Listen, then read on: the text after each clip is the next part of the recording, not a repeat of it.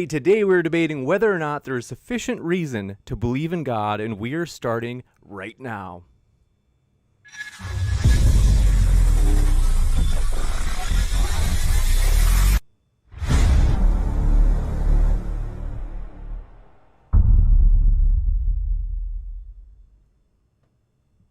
Ladies and gentlemen, thrilled to have you here for another epic debate. So, what we're going to have today is a tag team debate on whether or not there is sufficient evidence to believe in God. So, this is going to be a lot of fun, folks. We have two seasoned teams here of debaters, and so this is going to be a great time. Want to let you know I've linked all of our speakers in the description box. So that way, if you're listening and you're like, I like that, you can hear plenty more where that came from. And we are very excited to let you know as well, just a quick couple of channel announcements. First, if it's your first time here, consider hitting that subscribe button as we have many more debates to come. So for example, we are very excited. We have coming later this month, Jonathan Sheffield and Richard Carrier will be debating on the resurrection. So that should be a lot of fun. And also want to let you know, in addition, for today's debate, if you have any questions, feel free to fire those questions into the old live chat. And if you tag me with @ModernDayDebate, it'll make it easier for me to be sure I get every single question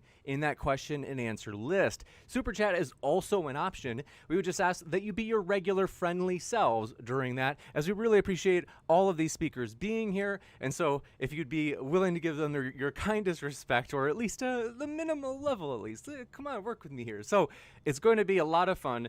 We're going to have open conversation immediately after the opening statements, which from each side as a team will be about 15 to 20 minutes if they need it.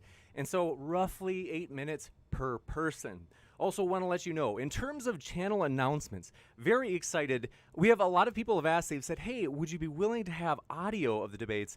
We're definitely, actually right now, as a Patreon reward, we're going to start putting every debate in an MP3 format, which will be on Patreon for those who are supporting. And so if you're already signed up, those will be posted today. We really appreciate it. And all of the debates will still be public. Like, they'll still be free here on YouTube.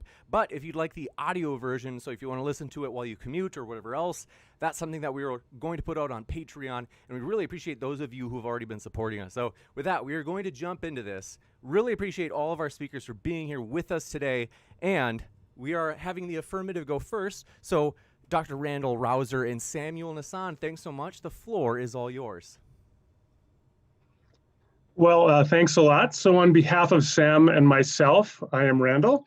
I'd like to thank, first of all, Tom and Matt for agreeing to this debate and to Modern Day Debate for hosting it. Now, the subject of the debate is this question: are there sufficient reasons to believe in God? For the purposes of this debate, Sam and I will work with the following general definition of God: belief in the existence of a transcendent, perfectly good being who is the cause of nature or creation. Further, human flourishing is based, at least in part, in right relationship with that transcendent being. Thus, when we discuss the rationality of belief in God, it is to that definition that we refer. Now, one can define rational belief both in negative terms and in positive terms. Negatively, a rational belief is a belief the holding of which violates no epistemic duties. For Matt and Tom to establish their thesis or the denial of this debate resolution with respect to this standard, the negative standard, they would have to establish that belief in God as defined above always violates a specific epistemic duty. That in turn would require them to explain which duty it violates and why. I'll wait for them to make that case. Positively, a rational belief is any belief that is either properly non-basic or properly basic. A properly non-basic belief is a belief that is rational and justified as the valid conclusion to a reasoning process. Think by analogy of a mathematical theorem. A properly basic belief is a belief that is rational and justified if formed in the right circumstances, independent of a reasoning process. Think by analogy of a mathematical axiom, a starting point for reasoning. It is clear that not all beliefs could be properly non-basic, because if every belief could only be justified as the conclusion of a reasoning process of supportive premises, then those premises in turn would have to be supported by prior premises, and you would immediately fall into an infinite regress, an ad infinitum list of justifications for any belief. And that would result in skepticism, that you could believe nothing at all rationally. Consequently, there must be properly basic beliefs, a starting point for reasoning. Now, properly basic beliefs come in many types. Here is a partial list. Number one, there are no married bachelors. That is an analytic belief. 2, 7 + 5 = 12. That's a synthetic a priori belief. 3, it is raining outside. That is a sense perceptual belief. 4, I had cereal for breakfast. That would be a memorial belief. 5, it is wrong to torture a person. That would be a morally intuitive belief. And finally, 6, the restaurant is 6 blocks west. Now, number 6 is an example of a belief that would be formed, in this case, by way of testimony. Under the right circumstances, when another human being testifies to the truth of a proposition, then if you have no reason to distrust that human being as a witness, if they seem to be a credible witness, if there's no undercutting or rebutting defeaters, in other words, no reasons to reject their witness, then you are justified in accepting it and forming your belief based on it. Now, keep in mind that all sources of belief, whether basic or non-basic, are fallible. But the mere possibility that rational intuition or sense perception or testimony can fail you does not undercut our general warrant for accepting these sources of belief, barring any specific reasons to question them in a particular case. Now let's apply testimony to our question here. Imagine 2 parents, Amber the atheist and Chris the Christian. Amber teaches her child that God does not exist, while Chris teaches his child that God does exist. If there are no defeaters to the testimony of which either child is aware, then each child is justified in forming a belief in the proposition in question based simply on the testimony of their parent. Amber's child could be rational to believe that God does not exist based upon that testimony, and Chris's child could be rational to believe that God does exist based upon that parent's testimony. The Christian who wants to argue that atheism can never be rational based upon testimony has an explanatory burden to bear. Likewise, the atheist who wants to argue, as Matt and Tom do, that theism presumably cannot be rational based upon testimony has an equally onerous burden to bear. Keep in mind that belief in God, by our definition, is held by the vast majority of people on earth. Educated intellectuals and lowly farmers, or uneducated farmers, well, educated in the soil perhaps, but not in the technicals of philosophy. Highly educated scientists and housewives or house husbands, Oxbridge philosophers, small children, Nobel laureates, refugees, heads of state. Literally billions of people believe in God. Now, many of these people come to believe in God in just this way because of a trusted authority. A parent or a philosopher, a teacher or a scientist attests to the belief in God, and they form that belief based upon that testimony in a basic fashion rather than through a process of discursive reasoning. It seems quite clear that such belief can, in principle, be properly basic, and thus the possible vector of knowledge if God does, in fact, exist. It is the burden of Matt and Tom to argue that this is not possible, that all these people are thus irrational to accept belief in God based upon testimony. Suffice it to say, the burden is theirs, for we have no basis to think that theism necessarily violates any epistemic duties, and I think we have excellent grounds to accept that belief in God can be properly basic and thus rational based upon testimony. But theism can also be properly non-basic, that is, held by way of a discursive reasoning process. I will now invite my debate partner, Sam, to share some reasons by which one could have properly non-basic belief in God by way of arguments. Well, thank you, Randall. It's a joy to be able to debate with both Matt and Tom. Since the topic of today's debate is not whether the Christian God exists, but whether there are sufficient reasons for one to believe in God, I'll be presenting one argument called the argument from religious experience. By religious experience, I mean a subjective experience in which a person apprehends themselves to stand in relation to what they may consider to be the divine. Richard Swinburne, professor of philosophy at Oxford University, lists 5 kinds of religious experiences from the perspective of the one experiencing it. The first, public, ordinary experiences of God. This would be akin to seeing a mountain, or seeing the ocean, or even if you've taken a flight before, seeing the clouds, and just feeling this sense of grandeur that must be a great creative God who put all these things in place, and thus experiencing God from these ordinary objects. The second would be public, extraordinary experiences of God, mediated through unusual and uncommon uh, objects. For example, seeing a bush on fire that is not consumed by the fire. I'm of course referring to the incident, for example, that Moses describes as the burning bush experiences, or just miracles in general would qualify as a public, extraordinary experience of God. The third would be private, describable experiences, by which, of course, I mean that experiences mediated through private sensations that can be described in sensory normal language. Take, for example, the famous analogy of Paul on the road to Damascus seeing a vision of Jesus, or just visions or dreams in general, qualify as a private, describable experience. There's also number 4, private, non-describable experiences. For example, experiences that people have about God that cannot be described or captured by literal language.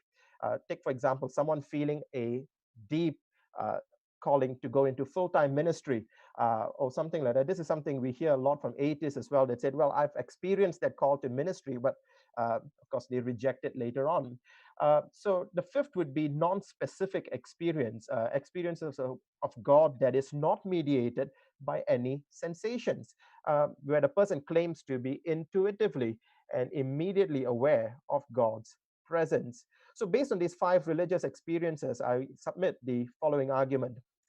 Premise 1, many people from various times and cultures have claimed religious experiences. I doubt that Matt and Tom would reject this first premise. And a research survey conducted by Pew Research in 2009 demonstrated that half the US public claim to have had religious or mystical experiences.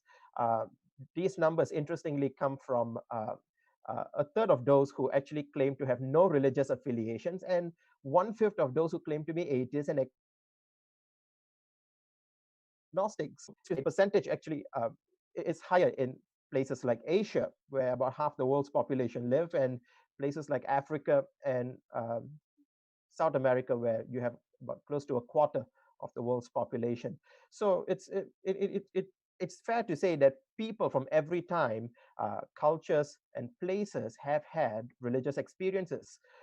Premise 2, it is reasonable to believe these religious experiences unless we have evidences that they are mistaken. Now, this premise is based on 2 principles of rationality. The first is called the principle of credulity. The principle of credulity simply means that we ought to believe things as they seem apparent to us unless we have evidences that they are mistaken. In other words, the rational person is one who treats their basic cognitive processes as innocent until there's reason to doubt. Unwarranted skepticism is unhelpful in the pursuit of truth. For example, the girl that I love appears to love me, and it's rational for me, in the absence of any evidences to the contrary, to believe that she's not a planted assassin sent by some criminal organization to kill me. Is it possible that she is an assassin? Yeah, that possibility is always open, but it would be highly irrational of me to continue to withhold belief in her simply because there's no proof that she's not an assassin. So the principle of credulity simply allows me to rationally accept things on the way that things seem in the absence of defeaters. The second uh, principle of rationality is called the principle of testimony, and Randall has just shared a little bit about it. By testimony, I mean that those who do not have religious experiences, have not experienced it themselves, ought to believe what others who do, ought to believe the vast majority of people who do in the absence of evidences of deceit or delusion. For example, in this pandemic, I've not seen the coronavirus, and I doubt many of you watching from home have not seen the coronavirus yourself. But it's rational to believe that this thing is out there, even though we have not observed it with our own eyes. And I'm sure that both Matt and Tom would agree that conspiracy theorists and flat earthers, for example, are not rational in spite of the fact that they withhold judgment and they are skeptical of the claim that we have a spherical earth, or that their conspiracy theories where they continue to believe things are not as they seem. That's not a very rational approach. Students, for example, in school can rationally believe whatever their teachers teach them in the absence of evidences that would cause them to cast doubt on what is being taught. So I'm just applying the same principle to religious experiences, and I do suspect that Matt and Tom would disagree with me, and as would most atheists. But if they do, as my partner Randall has said, they will have to demonstrate that these religious experiences are mistaken and thereby cannot be believed by a rational person. And I look forward to hearing the evidences for that.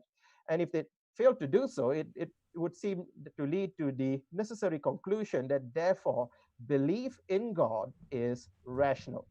Now, in closing, let me say, does the argument from religious experience prove that God exists? No, it doesn't. It's not designed to, and that's clearly not the topic of today's debate. Does the argument from religious experience, will it convince Matt and Tom to believe in God? Will it impress them? I doubt so. I think for Tom and Matt to believe in God, perhaps they may have to have their own extraordinary religious experience. But does the argument from religious experience demonstrate that believers in God can rationally hold on to belief in God in the absence of defeaters? Absolutely. Thank you. You bet. Thanks so much. Appreciate that. And we will switch it over to our skeptical guests. Very excited to have them. Want to say really quick, saw new subscribers, Chris Powell and Christian Jensen. Thanks for subscribing. Glad to have you a part of the community. We'll now kick it over to Matt and Tom. Thanks so much, gentlemen, for being with us. Yeah, thanks for having us. I really appreciate Samuel and Randall for coming on today. I really enjoy those guys' arguments, so I'm happy they're here. Thanks for Matt for also taking the time to be here, and thanks for James for hosting it. So to jump right in, I believe there is no evidence for the existence of God. And when we're talking about evidence, what we're looking for is some reason to believe God exists in reality and not just in our imagination. Therefore, evidence would need to be something that can differentiate between our imagination and reality. And none of the proposed evidence or arguments that theists present can do this. So I don't think there's any evidence for God. Pretty much all apologist arguments are gods of the gaps, which I define as a kind of argument from incredulity, meaning I cannot imagine X could do Y, therefore X can't do Y, or I can imagine X can do Y, therefore X did Y. For example, I can't imagine how Y could be explained naturally, therefore God. If you break this down to its component parts, it's I can't imagine how Y could be explained naturally. I can imagine how Y could be explained by God, therefore God did Y. Now, obviously, the fact that you cannot imagine something is not evidence it cannot occur, and the fact that you can imagine something isn't evidence it did occur. More sophisticated versions of this fallacious argument do not explicitly state the person presenting the argument can or cannot imagine something. Instead, they present an argument from their imagination explaining why they can or cannot imagine something. Unlike empirical evidence, this method can't differentiate between imagination and reality. So instead of explicitly stating, I cannot imagine X did Y, the sophisticated argument from incredulity would be an argument such as X did Y as a contradiction, or X did Y cannot happen, or X, it's impossible that X did Y. So for example, take the argument, Y has no possible natural explanation. The supernatural can explain Y, therefore the supernatural exists. The problem with this argument is that there is no way to rule out all possible natural explanations, so as we don't know everything about the natural world. There could be an infinitely many things about the natural world we simply don't know yet.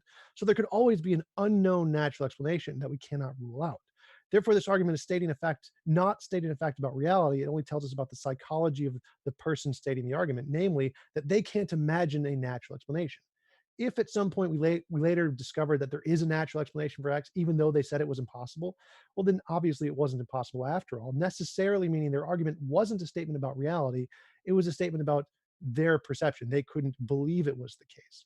This kind of argument has been used many times throughout history. One of the most notable examples is the argument used against Einstein's general relativity, in which time can bend. Many philosophers would argue that, well, time is a philosophical concept, so it can't bend. Yet we discovered empirically what it actually does, meaning that their argument was necessarily an argument from incredulity. They were simply stating they couldn't imagine time could bend. Therefore, they assumed that that was true about reality and then rejected Einstein's theory because of that, making it an argument from incredulity. Other common examples would be life cannot come from non-life, consciousness cannot come from non-consciousness. Typically, a gaps argument follows the form of nothing we know of can explain X. I can make up an explanation of X. This is evidence of my explanation. The more sophisticated versions go something like, given what we currently know, it is really improbable X can do Y. I can imagine G, and if G exists, Y would not be improbable, therefore this is evidence of G. The most common example of such an argument is the argument from the resurrection of Jesus, which goes something like, it is really improbable that a natural explanation can explain the historical accounts. I can imagine if God existed or if the resurrection did occur, this would be a good explanation of the historical accounts. Therefore, this is evidence of the resurrection, God, or miracles. The problem with this argument is that imagining that God exists and would do something isn't evidence God does exist or actually did the thing. The resurrection is just an imagined explanation with no basis in reality. There are infinitely many such imaginary things that we can come up with to explain an unknown. For example, what knocked over that cup? I can imagine there is a cup knocking fairy that exists, or leprechauns, or pixies, or unicorns, or magic, and that would explain the cup falling over. Is this evidence for any of those things? Well, obviously not, because none of these things that have been demonstrated to exist independently of just post hoc explaining the unknown, then they're just gaps arguments of I can imagine this thing doing that, but it's not actually evidence it did. Something we currently know about, no matter how improbable, like delusions, hallucinations, fabrications, birds, squirrels, any of those things, is always a more probable and better explanation than an imagined thing that has no basis in reality, like miracles, magic, gods, mythical creatures, the paranormal, supernatural, UFOs.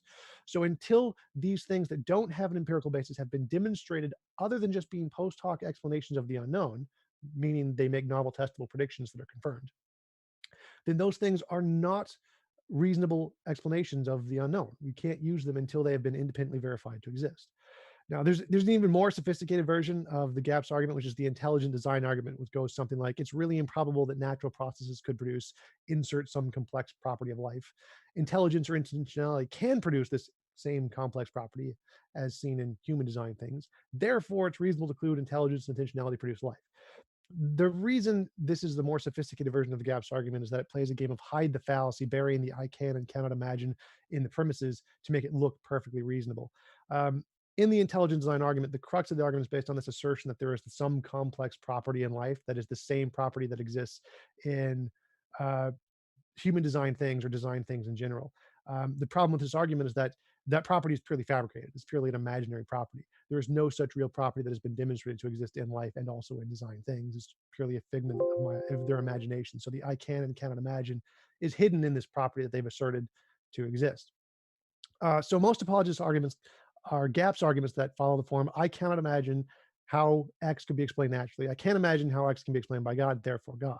The cosmological argument is I cannot imagine how naturalism can create a universe without space-time. The resurrection, I cannot imagine how the historical accounts can be explained naturally. The fine-tuning argument, I cannot imagine how the concept of the universe came about naturally. The moral argument, I cannot imagine how a non-conscious thing can ground morality. The ontological argument, I can't imagine the greatest possible being, literally one of the premises. The transcendental argument, I can't imagine how you can account for math and logic without God. So in conclusion, all apologetics arguments are arguments from incredulity or God of the gaps, meaning they're all just versions of I cannot imagine how not God could do this or explain this. I can't imagine how God could explain this, therefore God. And such arguments do not provide a way to differentiate imagination from reality. Therefore, there is no evidence for God. I'll turn it over to Matt. So, hi. First of all, thanks for everybody for being here. It's the first time I've had the chance to interact with Randall and Samuel, and Tom and I only, I think, met once or twice before this at ACA stuff. So I'm thrilled to be here. Thanks for everybody for participating. Unlike Tom, I don't tend to say there is no evidence for God. And I do that for a very specific reason. And that reason is not because Tom is wrong. I agree with Tom with what he's saying. When he says there's no evidence for, he's talking about, and at least in my understanding, and he can correct me if I'm wrong, a very specific thing, and that is evidence for a proposition, not merely evidence consistent with a proposition. And so when I talk about it, I tend to not say there's no evidence for God, because then my theistic opponent will come back and say, but what about anecdotal testimonial evidence? That counts as evidence. And then you have to have this side discussion, which we're probably going to have today anyway. There's a couple things I want to clear up. And one is that for many years, I and many others have pointed out that extraordinary claims require extraordinary evidence. And while this is true, it is often confusing to people. And so let me make it more confusing, because that's the best thing we could possibly do today. All claims require sufficient evidence.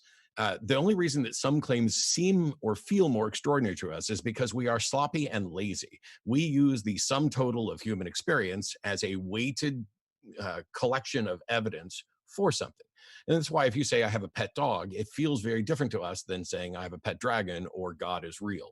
And that's because, well, everybody knows dogs are real, dogs exist, people have dogs as pets, and we just include all of that sum total of human knowledge in our claim. And because of that, we would say that the claim there is a dog is mundane.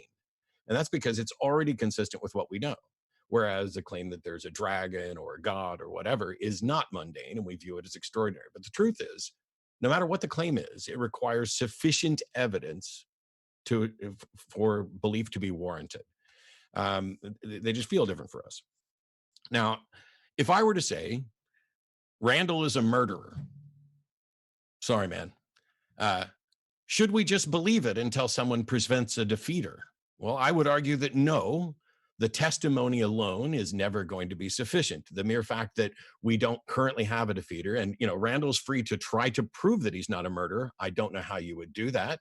I don't know how you would go about proving that you didn't murder anybody ever in the history of the world. But if we were going to try to make a case for this, producing an eyewitness testimony saying, I saw Randall murder this person, that I would argue is now evidence for the proposition, because there's testimonial evidence that specifically ties to this. However, it's not sufficient on its own to warrant belief. I would hope that all of us would recognize that an incident of someone saying, hey, I saw this happen, and that's not enough to deprive someone of their freedoms and say, sorry, you're a murderer. Producing an eyewitness would be evidence for, although very weak evidence for. Producing a body, by the way, isn't necessarily evidence for the proposition that Randall killed somebody, because I can produce a body and maybe Randall killed that person. Maybe Randall killed some other person and didn't kill this one. Maybe this person wasn't even murdered. Maybe me producing a body, we have to also establish that there was a wrongful death and then tie that wrongful death to God. This is the way we mess up in our intuitions about how we should think about things. Producing a body isn't sufficient evidence. We need to actually produce the entire case and make a strong case for it. And so when somebody tells me, hey, the restaurant 6 blocks down, okay, that's a testimony. And by and large, I'm going to take them at face value for that, but only for the extent of me going 6 blocks down to see if the restaurant is actually there. The proof is in that 6-block walk to the destination. That is when we are rationally justified in believing that the restaurant is where that person said it is. Because we also know that people can be mistaken, that people can be biased, that people can be wrong, that eyewitness testimony is incredibly unreliable. And so when somebody says, oh, just look at the grandeur, look at the, here's this, or here's an account of a religious experience, an account that identifies itself as a religious experience is not confirmation of a religious experience. And to simply suggest that because people report experiences, we should take them at their word on what has to be the single biggest and most important question we can ask, which is there some God that exists and knows and cares about us and wants any interaction with us? The notion that someone would argue that because people have reported religious experiences or because people have testified to these sorts of things, all of a sudden the burden of proof now shifts to the atheist to show that all of these people are in fact wrong. That's not the way the burden of proof works. And it would be a mistake for a defense attorney to walk into a courtroom and suggest that, well, the prosecution hasn't presented any physical evidence, but let me spend all my time trying to prove everybody who might make some claim wrong, despite the fact there's no physical evidence tied to this. And that's a case where in a courtroom, all we're looking for is beyond reasonable doubt. And we're talking about an individual's life. on an issue where whether or not there's a God exists, whether or not a God exists, this is far more significant than a stolen bicycle. And yet the defenders of this God don't seem to be able to produce a body, don't seem to be able to show that the body was in fact wrongfully killed, and don't seem able to present any evidence that ties it to that God. So if all we're getting is that it's rational to believe in God because there's a bunch of people who believe in God, I will continue to say that is not sufficient reason. You bet. And with that, we'll jump into open conversation, folks. So thanks so much. Another quick reminder that all of our guests I have linked in the description just for you folks. So with that, thanks, gentlemen, for being here. The floor is all yours. Okay, so let me jump in then.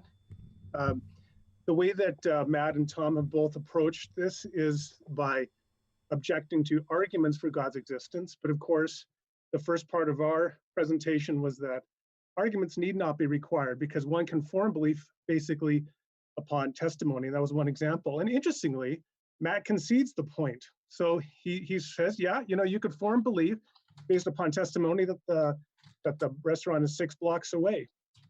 So keeping in mind that the actual burden of proof you've assumed here is to show that every single person who believes in God is irrational. Can I question? Yeah, let me just something. I just wanted to know if this was free form or if we were going turn by turn. Just clarity on order. You bet. Freeform, Open style. Just convo. Okay, go ahead. I'm sorry, Randall. I just wanted to make sure I wasn't interrupting inappropriately. Yeah, no problem. Feel free to interrupt appropriately at any time. So, okay, so the claim was that every single person, several billion people on Earth, believe in God under the definition that we provided, and the assertion that they're all irrational, even though many of them hold belief based upon this properly basic testimonial formation.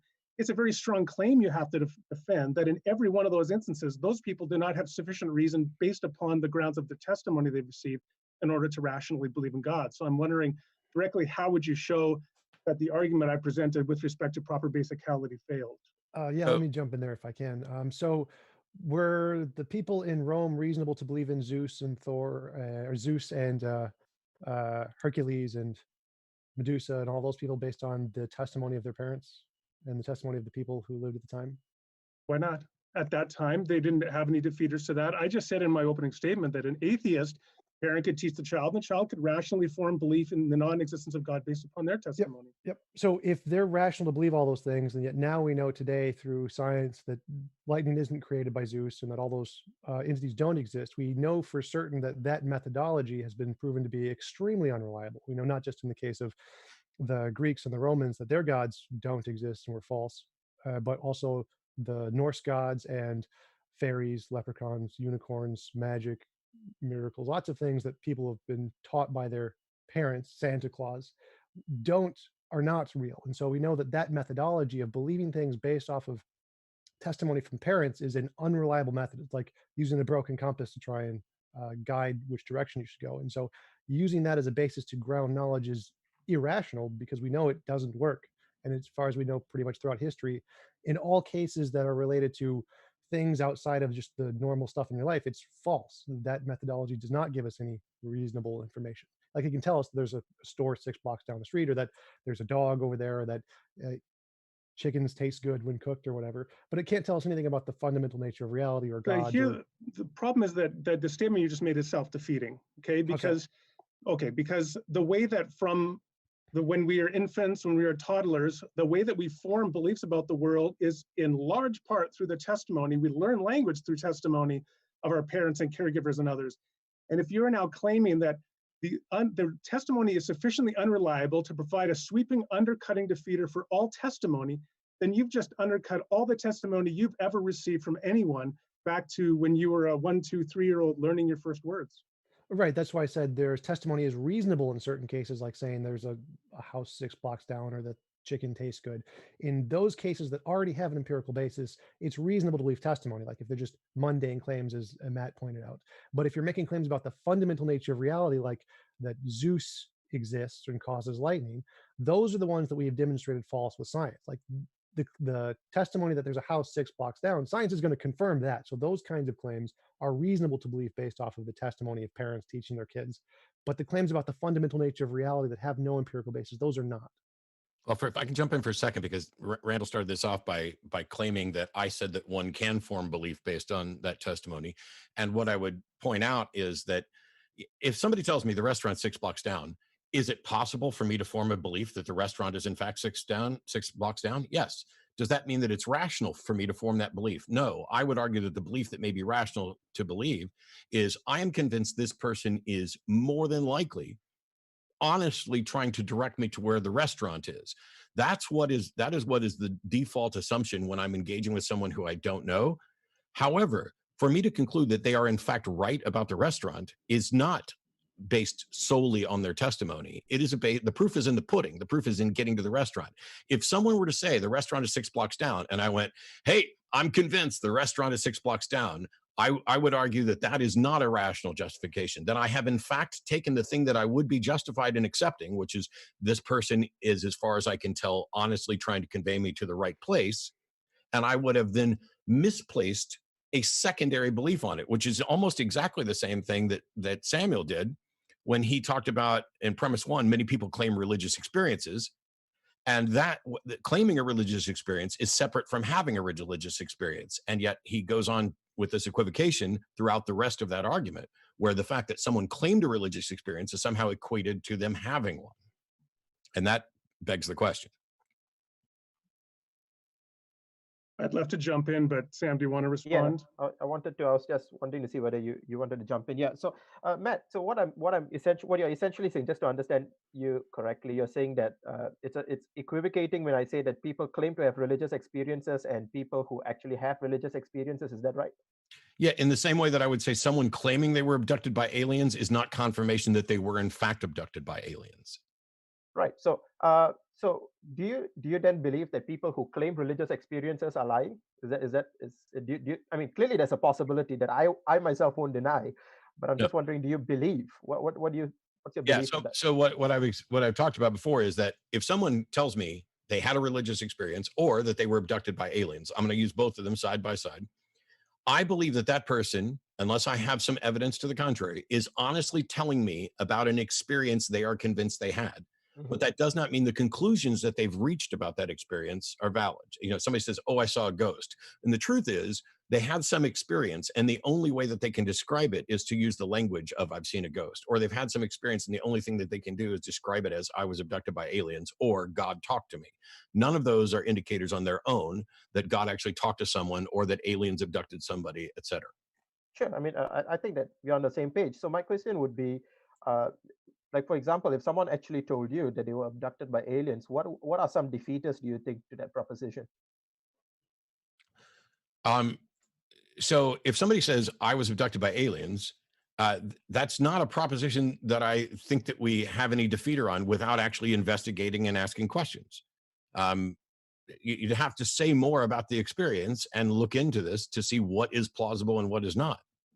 I completely agree with you. So what I would say if someone is, so I wouldn't discount the possibility that someone, if they claim that they were abducted by aliens, actually were abducted by aliens. And I completely agree with you that I would ask follow-up questions like, did anyone witness it? Was it in an independent thing? But now, assuming, for example, hypothetically speaking, that the vast majority of the world's population claim that they have been abducted by aliens, you would agree that the analogy is not quite the same, right? Because due to the universality of the claimed, not the experience, but the claimed experience.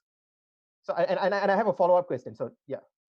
Can I just insert one thing that kind of piggybacks on what Sam said, and then you could respond? So, so Sam invoked most people on Earth believing in God, and so adjusting the alien analogy to that. But I would also like to push it on the idea of an individual experience. So, if you've seen the movie Contact, I'm sure you have. At the end of Contact, Ellie Arroway, for those who don't know, they have contact with an alien civilization, and then they send instructions back to Earth on how to build this contraption, which they do. And then she gets into the capsule and she falls through it. And then she's only, what they tell her afterwards is she fell through in this the space pod and fell down to Earth. She was only in there for like 2 seconds, but when she was in the pod, she felt to her like she was in there for 9 hours, and she had contact with this alien who came to her in the form of her father and talked to her, and she had this interaction with him. Now, it seems to me that even though in that case, that isn't like several billion people have had an experience like that, she did. But nonetheless, she is rational to believe under those circumstances that she had that experience, even if other people are not privy to the same experience. And to them, it seems like it was only 2 seconds. Yeah. So first of all, the number of people who are reporting an experience has no impact on whether or not it is true or rational. So I like the fact that it's strange that Samuel went to look at how many people believe in God, and Randall went to this. Here's this one example, albeit an example from fiction. And what Ellie may or may not be justified in rationally accepting is independent from what somebody else should.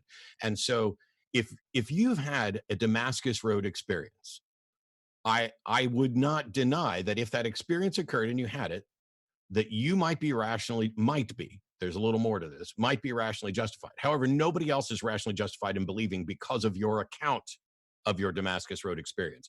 Going back to, and this is me cribbing Hume with, revelation is necessarily first person, and to everybody else it's hearsay. And so that is where I would come down on that. I don't think, and granted we're talking about a fiction in contact, I don't think that Ellie, given the totality of the evidence that we are presented with, could say that they were reasonably justified in saying they truly experienced 9 hours and all this content in any sense more than somebody who reports a deathbed, an out-of-body experience can truly say that, because of what we know about the brain, because of what we know about how when the brain is deprived of oxygen or in an altered state or whatever else, and then it comes back and begins to snap back to conscious awareness, it has to invent something to describe the time it took place. And when those stories are like that. Now, okay, from my point of view, and I don't mean just to be glib, we basically are propping up a fictional account to try to prop up another fictional account. And all I'm saying is that I'm not saying everybody in the world that reports or thinks that they had a religious experience is wrong or irrational. I'm saying that there's no demonstration that they are rational. And it seems strange to me that we're getting pointed to all these people who have these God experiences, and yet we're ignoring the fact that almost, I would argue that every single God experience is unique, that they have similarities and overlaps, but they belong to different religions and different doctrines and different structures. And even two Baptists in the same Baptist church can have experiences that are different. They just have some commonality. And for me, the commonality is best explained in the fact that we are human beings with a mind trying to make sense of the world, seeking patterns, etc. Yeah. So, Matt, I just want to just come back directly on what you said there. So you stated several times that it's a fictional story. That's a little bit of an example of what we call poisoning the well, where you're trying to undermine the point with a particular label. What it is actually in this context is a thought experiment. So the fact that the thought experiment is a hypothetical scenario that has not, to our knowledge, in fact, occurred in the world is quite irrelevant to the informational impact it can have on this discussion. Now, I'm glad that Matt conceded that it's possible that people have had for themselves religious experiences analogous to what Ellie Arroway has in that scene in Contact, which could, for them, provide justification so that they could rationally believe that. And of course, there are billions of people who exactly say that. I've had a particular experience. So I think that at most, what you would be at this point is backed into the corner of agnosticism. You'd have to say, since I haven't had those experiences, I can't speak to it. Oh, okay. First of all, agnosticism and atheism are not mutually exclusive. They answer two completely different questions. But this discussion here, which, by the way, in Randall's opening statement, he declared exactly what Tom and I need to do, and that is we need to provide a defeater to the resolution. Well, I'm sorry to let you know, maybe you're reading from old notes, but there's no resolution for this debate. It's just listed as sufficient reasons to believe in God, ? It's a discussion about whether or not there's sufficient reasons. Me pointing out that you cited a fiction to support something else that I think is fiction. Yes, okay, whatever. But I did, in fact, address the thought experiment aspect of it. And me saying that someone may be rationally justified is noted and expanded on about the fact that even if you, Randall, were rationally justified in your belief about God, that would not serve as a rational justification for anybody else. And in order for me to be convinced that you were, in fact, rationally justified, you would have to demonstrate that. Otherwise, you're just another person out there going, nope, I'm rationally justified. I can't demonstrate it to you. Can't show it to anybody. Can't provide any evidence for it, but I'm rationally justified. And that, from an outsider's perspective, is functionally identical to someone who's delusional. No, it's actually not. We've taught, you accused me of being a murderer early on. So let me come back to that illustration. I actually didn't. Well, I'm, facetious. I'll play along. Yeah. Okay. But let's say somebody accused me of being a murderer, and there were some eyewitnesses, and there was a motive, and there was also my DNA was found at the crime scene. On the other hand, I remember distinctly that that afternoon I was up at the cabin, although nobody saw me at the cabin, but I distinctly remember that. It's absolutely clear that I could be perfectly rational in believing in my own innocence, even if other people could be justified in believing in my guilt. And you'd be overreaching to claim I could not rationally believe in my innocence. And it's the same thing when we're talking whether you're up at the cabin or whether you have an experience of God. You could be rational. Yeah, but the problem here is that if the issue we're addressing is there sufficient reason to believe in God? You are in a position of claiming that you have sufficient reason to believe in God, correct? Sure, yeah. Which means you need to demonstrate to the rest of us that you have sufficient reason to believe in God. And if your demonstration is, you can't prove me wrong, well, that's just a fallacy. That's not a demonstration. Well, that's not my demonstration. I've actually written a few books about this. Now, if your assumption is that I have to provide evidence for the belief in God that is going to compel every other single person, no argument meets that standard, and that would be a completely irrational standard. No, I'm saying in order for an outsider to determine that you are in fact rational, you would need to present the case for why you think you're rational, right? Sure, I can provide arguments and evidence. The fact that I don't persuade everybody in the room. But you started this whole thing by saying arguments aren't necessary, and you presented no evidence, and it's all about testimonial. No, I actually presented that is an argument. I presented an argument based upon proper basicality. Okay. Right. You mind if I jump here? So sure. My position is that you, like, using your example of the contact one where she fell into the thing, that would not be reasonable for her to believe that there was aliens that she contacted unless that individual experience gave her something else to work with. Like if the aliens told her that if you go to this position somewhere on Earth and you dig up a pile of gold at this exact location, and then she did that, then she may be reasonable to believe that she actually talked with aliens. But just having an experience with her father and having things that could purely be done by her own mind would not be reasonable for her to believe that she talked with aliens. Testimony, like you mentioned, that believing you're not a murderer because you remember yourself being in the cabin would not be the same as believing in a God, because those are two different categories. Like the extraordinary claims require extraordinary evidence. If you think that if you remember being at the cabin, then maybe that would be reasonable to believe you weren't the murderer. But if you remember yourself being abducted by aliens during that time period, then it's probably the case that you had a delusion and you may have committed the murder. And so it wouldn't be reasonable for you to believe you didn't if you remember yourself being abducted by aliens. The testimony is only reasonable if it's testimony of things that already have an empirical basis, things we already know exist in the world that are not purely imaginary. If you have testimony of other things, yeah. Go ahead. So I'll make a statement and then a question, and then I'll let Sam get in after that. But I need to respond to that. So the statement. Well, so first of all, you've been. So the statement is you're talking about what's extraordinary, right? Well, in fact, I hate to break it to you, but to the vast majority of people on Earth, belief in God, such as we've defined it here, is not extraordinary. So it seems to me that actually that's true. So it seems like you're just projecting your plausibility framework on everybody else and say, well, for me, that's extraordinary. This is not extraordinary. So you have to have additional evidence for that. Well, to persuade you, yes, but that doesn't mean they have to have additional evidence for them to be justified, because they have a different background set of beliefs, or what we call a plausibility structure, than you do. Now, Tom, you've been talking about this empirical corroboration, and it seems like you're appealing to a general epistemic principle here, that you have to have empirical corroboration in order to be justified in believing something. And if that is the case, you actually believe that, then I'm wondering, what's your empirical corroboration for the principle such that you can be justified in believing it? No, the argument is that you need empirical corroboration of something that has no basis in reality. Like you need some way to differentiate imagination from reality. That's so for like if I saw question begging. No. So like if I saw a dog, that would be reasonable for me to believe just based off of I see the dog. If I saw a unicorn, I should immediately think probably not the case. I need some other way to verify that unicorns exist and shouldn't believe that. So what was the first thing you said? It was. So the first one was that you're projecting your plausibility framework and saying, right. So then that's the demand for everybody.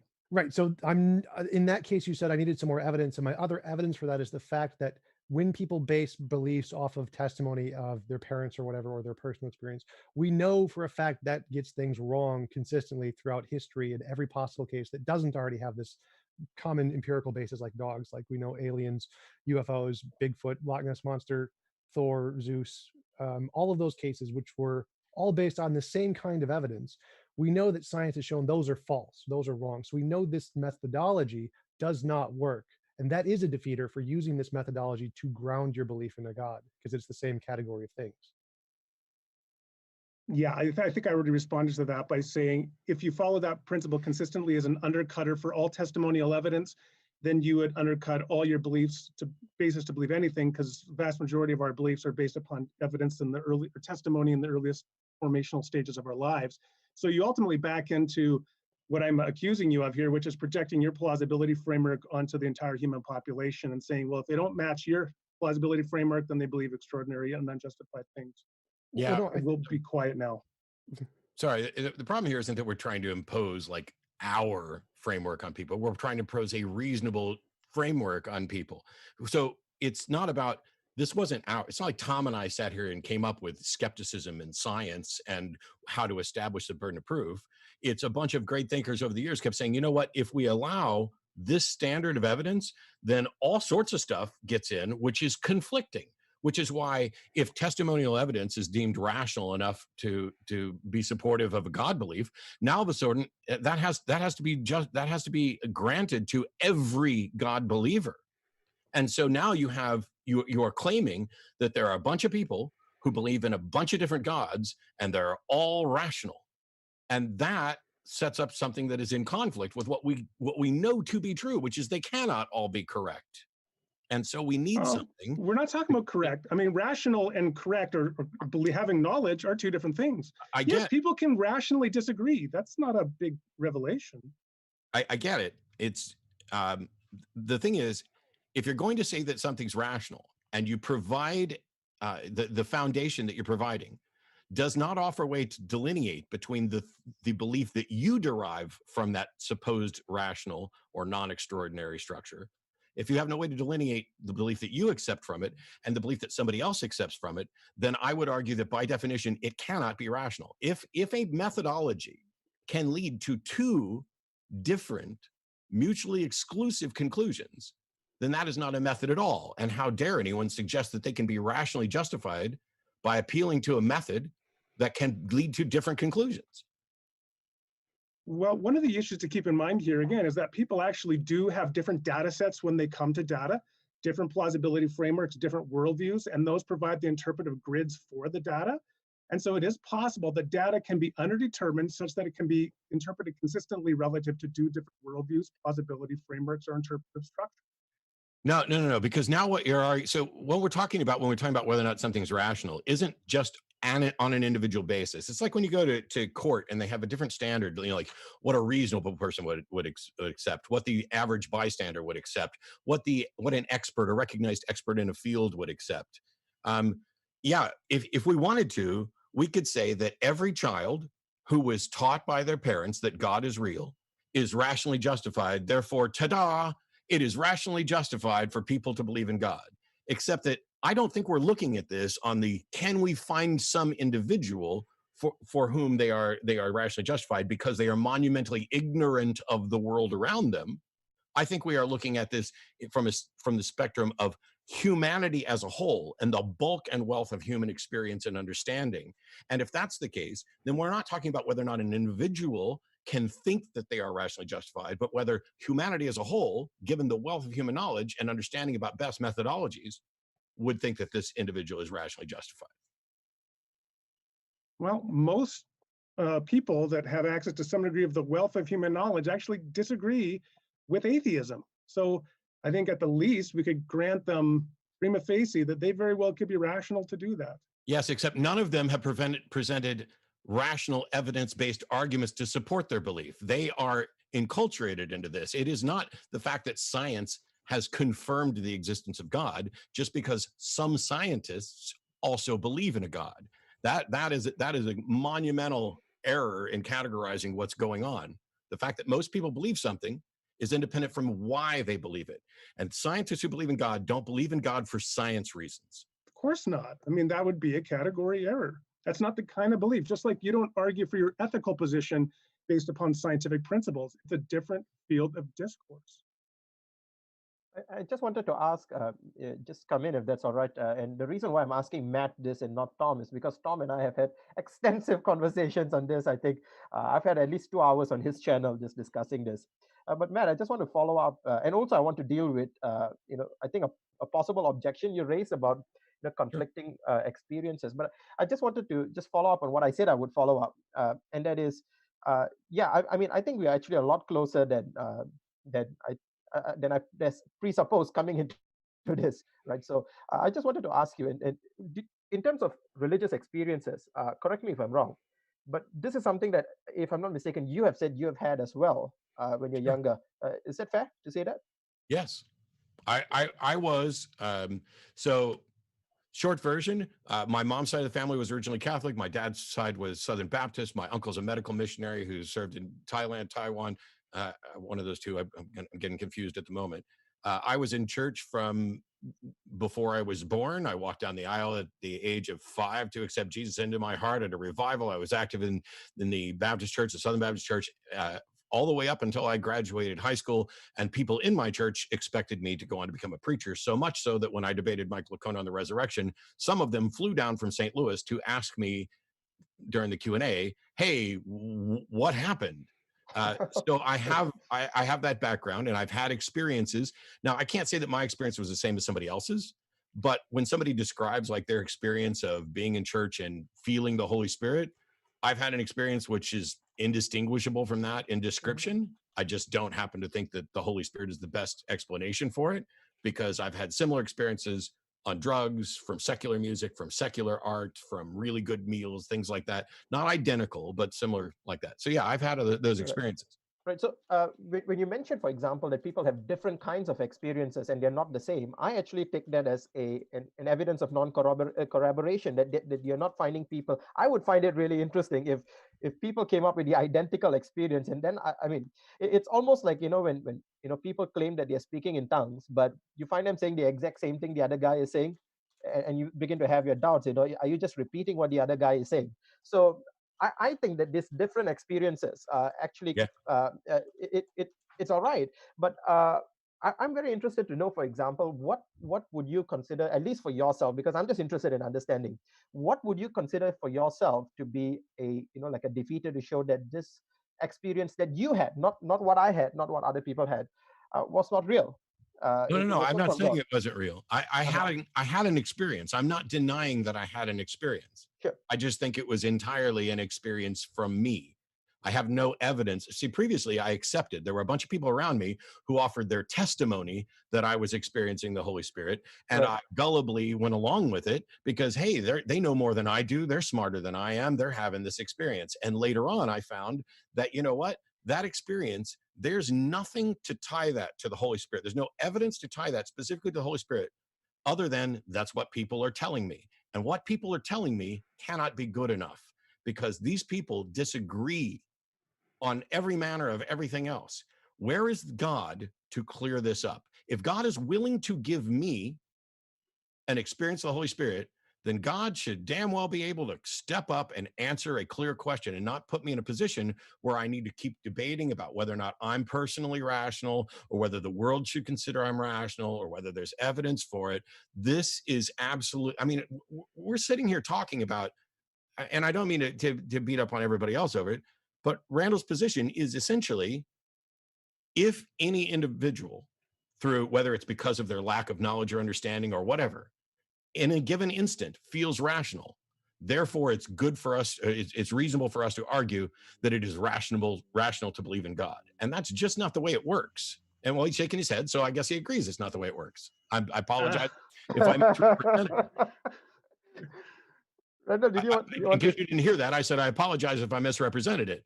But I'm looking at this as whether or not the belief is rational from, you know, let's go from the expert in the field category or something like that, not just the bare minimum of somebody can be rational. Because once upon a time, I think we would all agree that it was reasonable to conclude that the sun went around the earth, given the available evidence. But would we say in 2020 that it is reasonable to conclude still that the sun goes around the earth? And I would say, no, it's not. And yet we have a bunch of people who are flat earthers and other stuff, and they are using this same thing of, here's my limited set of understanding and I'm reasonable in that framework. And I'm saying, no, that doesn't fly in the grand scheme, which is why I'm objecting here. No, I think you're absolutely right, Matt. So I mean, I think that if people, all the evidences that were available to them is, to just sit down and just look up at the sky. But funny thing is, the Greeks actually realized that the geocentric view was not a very plausible one very early on, even in the BC period. But the point I'm trying to make is that I think you're absolutely right. In the absence of defeaters, then you can say that that's a very rational belief. But clearly, I think flat earthers are not rational at all, because you have the defeaters, you have the photographs, you have all these evidences available to you, and on the basis of that, obviously, it's not rational to continue believing in a flat earth. But I'm just, because the reason why I'm asking this is because when Tom asked me, when I was on Tom's channel, Tom asked me why do I believe in God. I said, Tom, I'm not going to come here and lie to you and say the reason I believe in God is because I found the Kalam cosmological argument convincing, or the fine-tuning argument of the universe at age 5. I realized that this was, none of those happened. I believe God because primarily my parents told me so. My dad was a pastor. My great-grandfather was a missionary. And that's how it started. But eventually, I began to find that faith in God actually led to me experiencing God in a multiple different ways. And I'm saying that if skepticism is the way to go, then I want to know, because I don't want to waste my life, right, living on believing in God if it's not real. I want to know, what are the rational defeaters out there that I should be aware of, and if there is not, why am I not justified in continue believing until I get, because you see, the experiences I have continue to confirm um, the intuitions that I have that God exists. I'm just interested to learn that, because it's not merely a debate for me. This is concerning life choices and life decisions. Yeah. Mind if I jump in here? I'm going to let Tom jump in. I just want to say one thing, just so it doesn't get overlooked. You keep looking for a defeater. That is all based on the notion that you think you should believe until there's a defeater, which is something I don't accept, and which I already kind of respond to, but we can get into it more. I want to let Tom have time here. Well, let's just grant that for the sake of argument, say it is reasonable to believe until there is a defeater. I think we do have a defeater. Like, if you imagine children growing up thinking they have a magic 8-ball that can tell them things about the universe, and they honestly think that this works, and then later we discover scientifically, oh, the magic 8-ball doesn't work. Now, even if the children were reasonable to believe in that magic 8-ball, now that we've come through the age of science and science showed, oh, no, that's not really a good method, we have a defeater. The magic 8-ball doesn't work. That's science. And the same thing applies to our testimony and intuitions as human beings. It's like, we have a defeater for that. We know those things don't work. We've proven scientifically those are really bad methods to try and assess the truth of the universe. They work for things like maybe there's a house 6 blocks down, or that there's a dog that the neighbor has or whatever, but they don't work for things like quantum mechanics, or what is the correct medical treatment to cure the side pains that we have. Like, our intuitions and testimony do not work for those things, and they don't work for the fundamental nature of reality. So we have a defeater for those. We have demonstrated that our intuition and testimony do not work when trying to discover the fundamental nature of reality. And so we have reason not to say that we should not base our conclusions based off of those things. So, Tom, you're talking about the fundamental nature of reality, but you're actually, what you referenced there was nature. And so when we talk about God, we're not simply talking about nature, which is the proper object of scientific investigation. We're talking about another sphere of reality, the metaphysical sphere, that which is ultimate or absolute.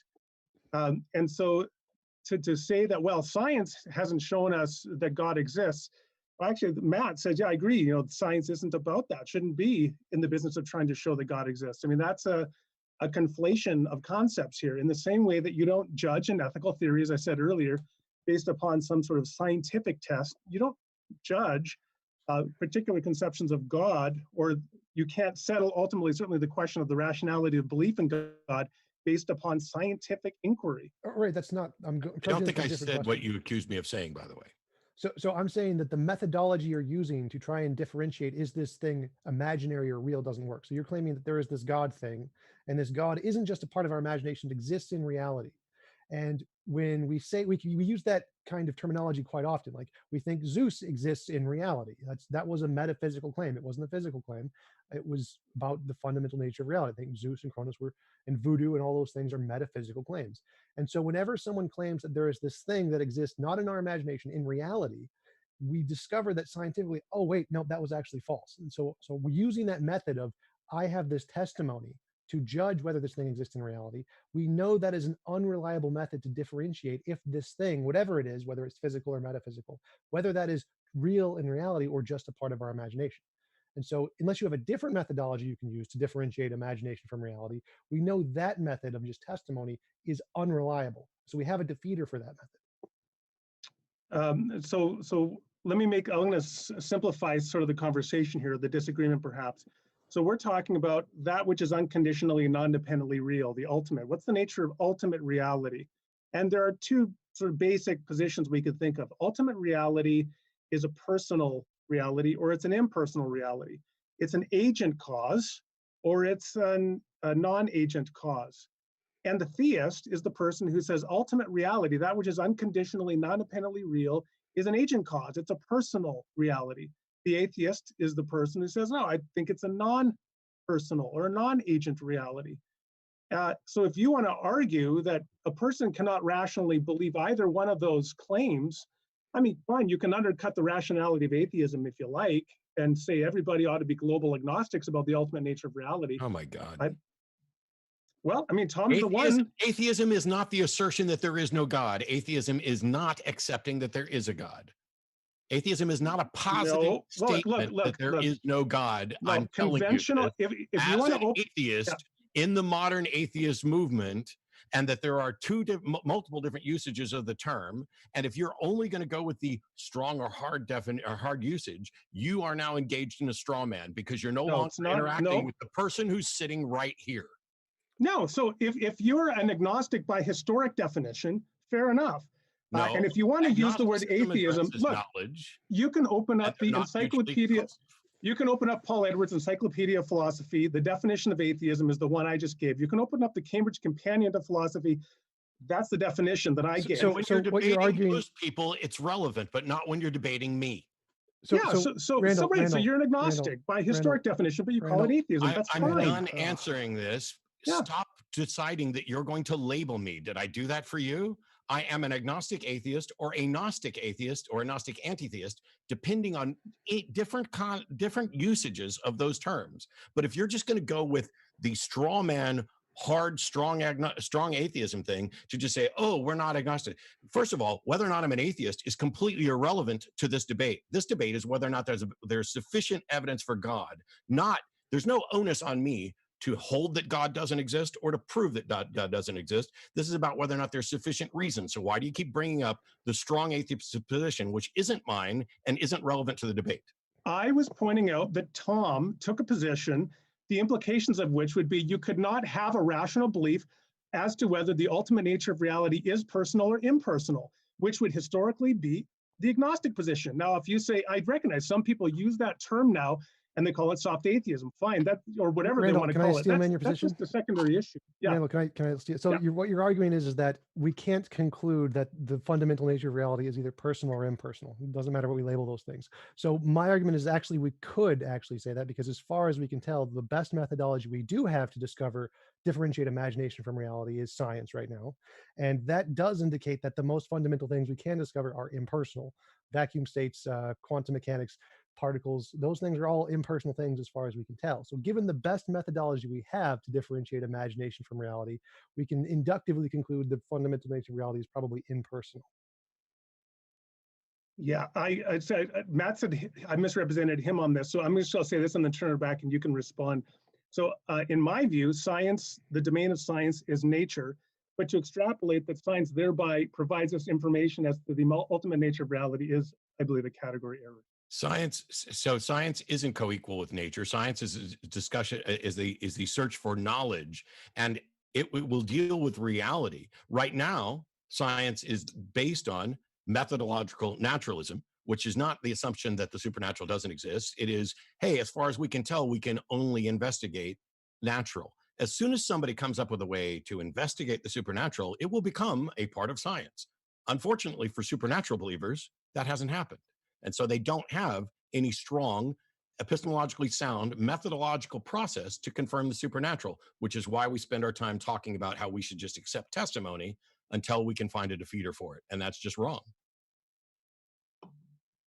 I just want to go back to the defeater that Tom was talking about there. So, Tom, essentially, you're saying that if that the fact that it cannot be demonstrated, just correct me because I don't want to misrepresent you. The fact that it cannot be demonstrated by nature is itself a defeater. Is that an accurate summary of your position? No. So again, I'm not making a claim about nature here. I'm just saying. Sorry, observation. Yeah, is that what? Yeah, sorry, go on. Well, sorry, if you're claiming that our testimony can give us knowledge. It is a reliable source of knowledge. And I'm saying that, well, if we can demonstrate that isn't a reliable source of knowledge and that it fails a lot, well, then that's a defeater for your justification of using that as a justification for knowledge. So if we can say the methodology you're using, that we accept testimony for God as being rational, well, that same methodology was used to accept voodoo and homeopathy and that vaccines cause autism and the world is 6,000 years old. Like all of those methodologies or all of those conclusions came to from the same methodology. And so we know now today from science that all those are wrong. So we know that methodology did not work. It was not a good method to differentiate imagination from reality in the general sense for any case as far as we can tell. Right. And so using that in a different case, saying, well, we're going to apply this methodology, even though we know it fails in these cases, we're going to apply it to this other kind of methodology and say, well, it's reasonable here. For that to be rational, you would need to demonstrate why this methodology is somehow going to work in this case when it doesn't work in all of these other cases. Right. So the first one is the like what Matt brought up earlier, which I said I was going to deal with, which is the idea of there is this competing or inconsistent revelations that is there on the basis of testimony. And I think there are two ways in which you can approach this. The first way, of course, is that you approach this by saying, well, we're going to accept all of them, which again, it's not logically possible because they fundamentally contradict one another. Or you can say, let's accept the points of agreement that they all have in common, in which case I would submit is the view that there is a transcendent ground of reality, what we call God. So it doesn't matter whether they believe in God or gods. The fact is they believe in a transcendent ground of all reality. So except that that's not the shared trait. The shared trait of those is that human beings have experiences that they label in certain ways. You've jumped past the common feature is that human beings have experiences and human beings look for answers, and you jump past that to saying that no, the common feature is this transcendent experience, or that there is something outside of there. The common experience is that human beings experience things, and another common experience is that human beings who experience things they don't understand propose all sorts of explanations for it. And the way to determine which explanations are more reasonable or not is based on evidence and argument, not on personal testimony. Right. Yeah. So just to correct what I was saying, when I said experiences, I was referring to, I mean, I don't deny the fact that human beings have experiences. I was speaking in the context of religious experiences, which I defined in my opening statement. And I'm basically saying that on the basis of these religious experiences, in the category of those things, the 5 categories that I laid out, the things that they have in common is belief in God. I think this is something that you have experienced, Matt, based on, I think Tom shared with me when on our channel as well, right, Tom? Yeah, I've had religious experiences too, but I think, but there are cases like Buddhism and Jainism that don't have a God kind of experience. They have an experience that's just kind of like a karma thing. Sure. So I think that if you go deeper into the study of religious experiences, there's actually a distinction between mystical experiences and religious experiences. And I think that Buddhism, an example, would fall into the mystical ones and not the religious ones. Now, there is a tendency to, the Pew Research, for example, combine the two. As both religious and mystical, but that's a separate topic. The topic that I'm trying to deal with is that we're looking at this different experiences that exist, and we're saying that. Sorry, Matt, you said something that I really wanted to respond to, and it just completely slipped my mind. What did you say the last? So. Oh yeah, sorry. Yeah, I remember. Yeah.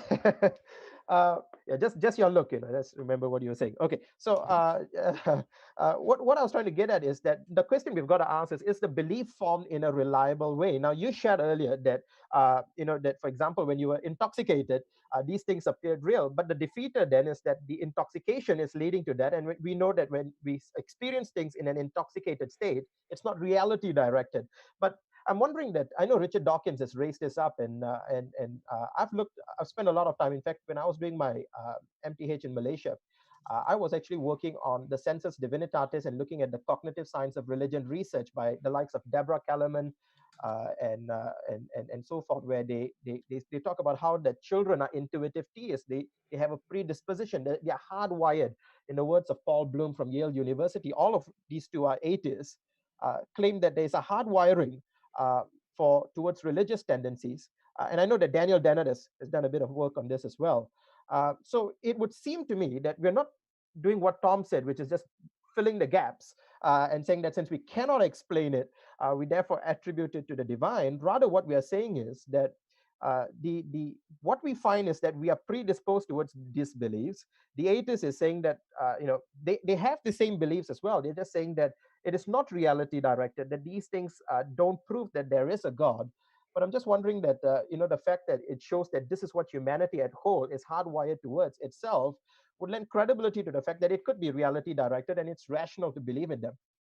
So, first of all, you and I would agree, because I get people calling me all the time saying, oh, have you tried DMT, dude? Because on DMT, you will finally experience God. And my question to them is always, what makes you think that a brain altered by a chemical is somehow more accurate in its understanding of the totality of reality rather than less? You'd need to make a case for that. So I would agree. However, it would be wrong to say that, like if a bunch of people said, hey, we took a drug and we all had this experience and it was the same and it pointed to this, it would be wrong to say that what they experienced wasn't true. I don't know how, despite what some people in chat are saying, I don't know how many times I can repeat the fact that I'm not, in any way asserting that a God doesn't exist, and that's not relevant to this debate. But Sure. what human beings are hardwired for is pattern recognition. Human beings are hardwired to try to figure out the world. And in some cases, there's different categories of errors. There's thinking X is the case when it's not, and thinking X is not the case when it is.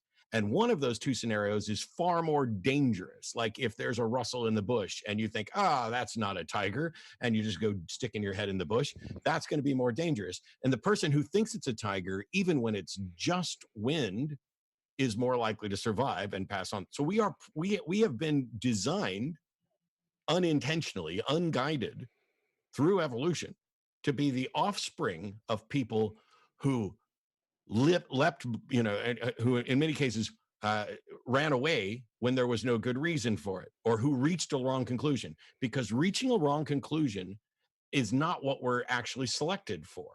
As long as it doesn't cause you to die, it's not a bad enough wrong conclusion. And so to suggest that human beings are hardwired towards the religious, I would argue is really, you might as well say human beings are hardwired towards not being comfortable with saying, I don't know what the right answer is, and therefore accepting whatever feels like the right answer at a given time, which is why we rely on people's testimony. Is it rational for me to believe there's a God just because my mom wrote me a letter? My mom, and this is a true story, my mom wrote me a letter that said, honey, your mom would not lie to you. There is a God. That's like the opening lines from my letter. Now, I don't believe my mom is a liar. I don't think she's making this up. So therefore, am I rational to believe in a God based on that letter? No, absolutely not. Okay. And so we need something more than testimonial stuff, because my mom could tell me that Jesus is real, and somebody else's moms could tell me that Allah is the only prophet of God, et cetera. So we need something that actually gets down to, hey, this is evidence for a proposition, not merely, as I noted at the beginning, evidence consistent with a proposition. Testimony is consistent with everything. Yes, Faith so is not a path to truth. absolutely. I think you guys are equivocating on testimony, because in some cases you want to admit that testimony, you can walk 6 blocks in order to get to the restaurant. I explained this.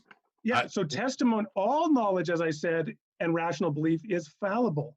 It can mislead you. It doesn't mean that we have a excuse me, basic grounds to be skeptical of testimony or of others. Now, you both said extraordinary claims require extraordinary evidence. It seems to me that really what you're saying is claims that are extraordinary to me require extraordinary evidence. Now, fine, relative to your data set, your background set of beliefs, you might require more evidence than another person. But again, the vast majority of people don't find these claims to be extraordinary, and you haven't shown anything to show that all people are irrational. And Tom has been defending scientism. So this idea that science is somehow the key to unlock all of reality rather than simply reality that pertains to its domain of inquiry. And of course, scientism is self-defeating.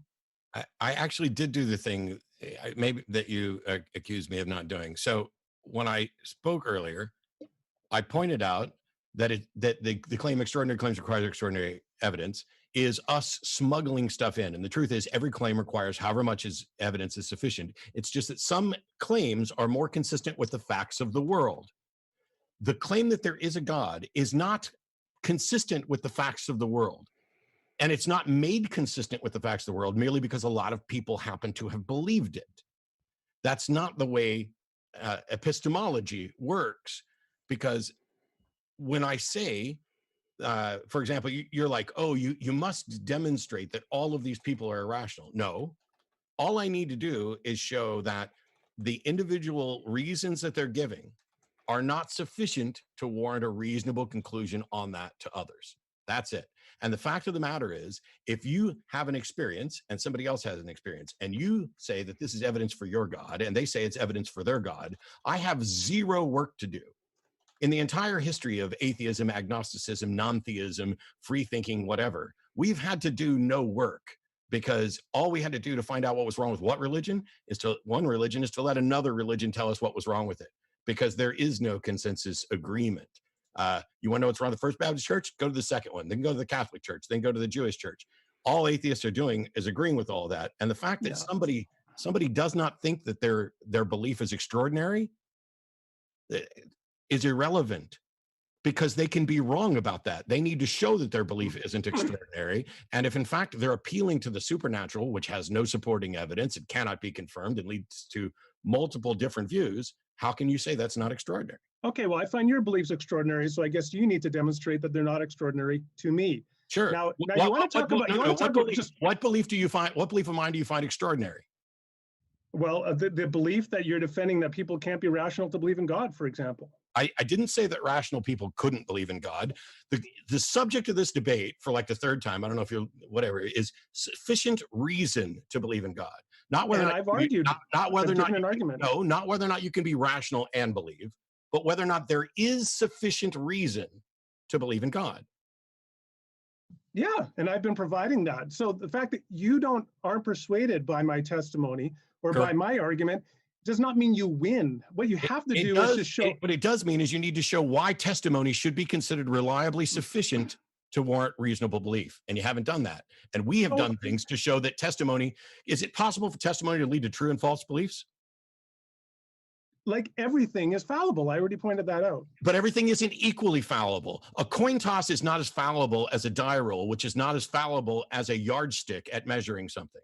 And so it depends who's giving the testimony. You're pretending that because everything nothing is infallible, that all of a sudden we should rely on testimony. Well, a coin toss isn't infallible either, but I don't think we should rely on it. I don't think it's a path to reason. So demonstrate that testimony is more reliable than a coin toss. So the 3-year-old shouldn't rely on their parents when their parents testify to them. The 8-year-old shouldn't rely on her teacher. The first-year physics student shouldn't rely on his professor. I mean, are you saying that all testimony we should be skeptical, or only that which you've deemed extraordinary? No. Can I jump in there? Testimony, how we should consider testimony is, this is a guide. Where's the evidence supporting it? If a parent tells a child that left is right and right is left, that doesn't make it true, and it doesn't mean that they're reasonable to support it. I can't believe I just asked you to demonstrate that testimony is more reliable than coin toss, and what I got was, shouldn't parents listen to their kids? That's not even. Go ahead, Tom. Yeah. So Randall, you accused me of scientism, and I wanted to address that really quick. So Sure. I'm definitely not arguing for scientism. I'm not saying that empirical verification is the only way to knowledge. I'm specifically using science as a way to demonstrate that testimony is not reliable in certain cases. So I agree that testimony is good in some cases. It's totally fine. Like Having a kid believe their parents that the house is 6 blocks down, that's fine.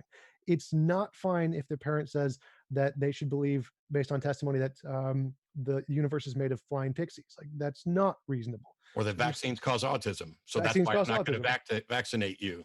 Yeah, exactly. So there are some cases where testimony is good and some cases where testimony is bad. And the way we can differentiate between these two is by using a different method, the method of science. We can say, well, we can scientifically test, well, is the house 6 blocks down? Yes, it is. Okay, so that's reasonable to believe based on testimony.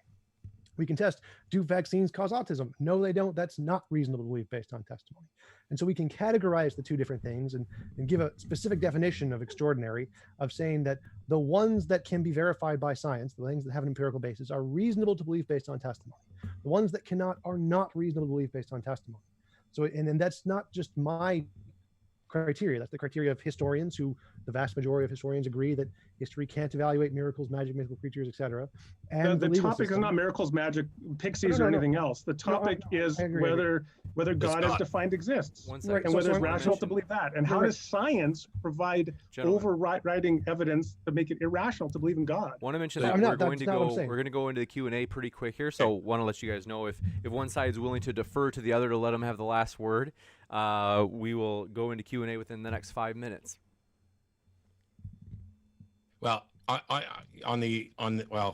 had more than enough words. I just find it strange that when Tom talks about supernatural stuff and everything else, Randall wants to say that's not what this debate is about. Well, the supernatural has more to do with God than parents telling kids to look both ways before crossing the street has to do with the general reliability of testimonial evidence. You got it. And does everybody feel like, don't get me wrong, I hate interrupting, but I think at the same time, I know you've got probably a round in the chamber ready to fire, but at some point we should probably jump in. And so I did want to clarify, it's still not scientism. Like, my argument, I'm not arguing that empirical verification is the only way to knowledge. I'm just using empirical verification to delineate which kinds of testimony are good and which kinds are bad. If there's another method in addition to that that is not in conflict with anything I said, there could be a different way to assess the truth of the claims, and that would be good evidence. But the testimony isn't it. I like the fact that all of us were nodding along with Tom right then. So maybe we found the one thing that we can tie to for Q&A for agreement. Gotcha. And who knows, maybe a round two, maybe in person someday once things kind of settle down and travel gets going again. This has been a really fun time. So we're going to try to read through as many questions as we can. Want to say thanks so much. Appreciate all of your questions, super chats, and comments. And first one from Matthew Anderson, appreciate it, said, TJump. Thanks, James. Appreciate that. Kind of like Brad Jelena. I like that.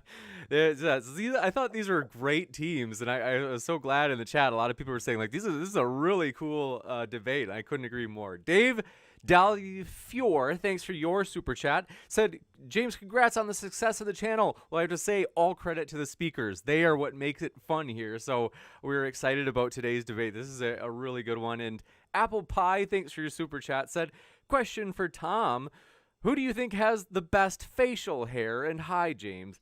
Do they mean best facial hair in the debate, or do they mean ever, no, Tom? It's clearly James. James has the best facial hair. Thank you, Thomas. I've never heard that. I appreciate that. Josh Killian, thanks for your super chat. Said, just gave a super chat, no comment. Let me know if you want to add one. Andrew Handelsman, thanks for your super chat. Said, hope all is well, everyone. Well, you too, Andrew. You hope you're healthy and well.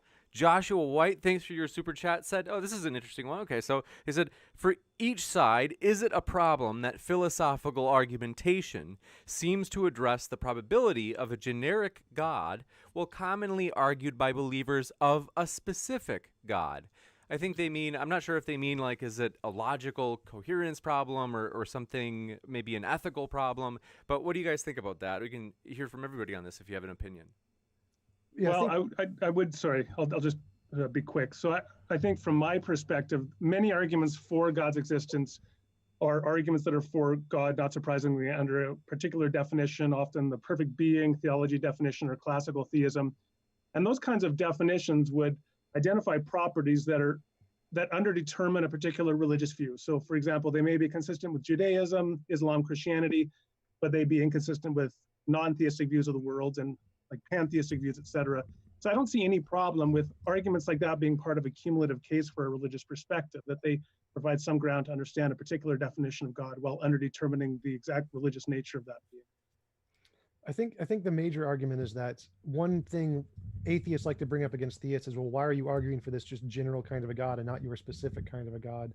And depending on what the goal of the debate is, then that can be an underhanded tactic, like you're trying to shift the burden, like a Mote and Bailey fallacy, where you're trying to address the more common, easier thing rather than addressing the actual point.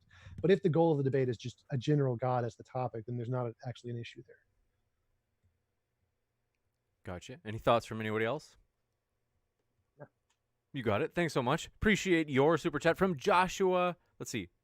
Oh, we got that. Justin Maurer, PhD in Pine Creek Studies. Thanks for your super chat. Says, I was raised, this is kind of similar to an objection that came up, and but more in the kind of common time. So I think the objection that came up was about if people, let's say, believed in the Greek pantheon in the past, were they justified in believing it, or were they rational in believing it? This person says, I was raised to believe in a supreme transcendent spaghetti monster, I'm guessing, maybe one and the same, and have never seen a defeater. Am I rational in my continued belief today?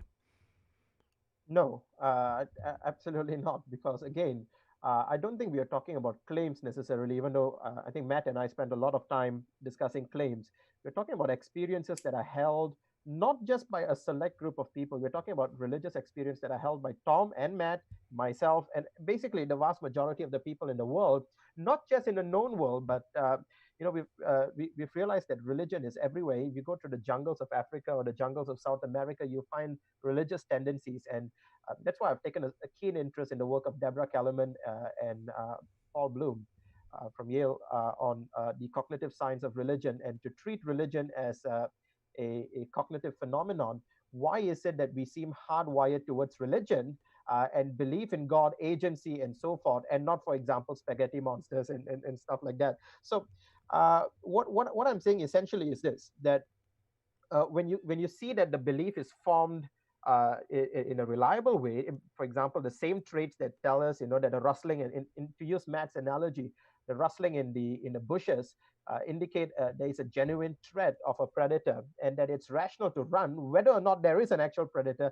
It's rational to run when you see things like that.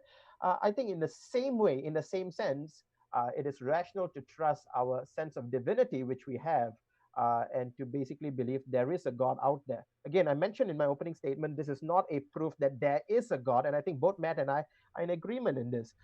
But whether it is reliable, whether it is a rational position to believe on the basis of the sense that we have, I think it is. And I don't think that, with all due respect to Tom, I don't think that the defeater that he brought out actually challenges that at all. So I'm sure that we'll beg to differ. So the thing that you overlook in addressing that particular analogy is that if I'm standing in front of a bush and the bush rustles, I have to make a decision right now.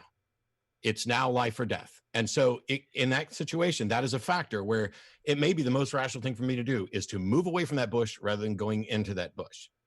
That's not directly analogous to what we have to do with respect to whether or not there's a God. First of all, there's nothing prohibiting us from trying to investigate. It's not like going to see where the evidence is for God is going to result in my immediate demise, right?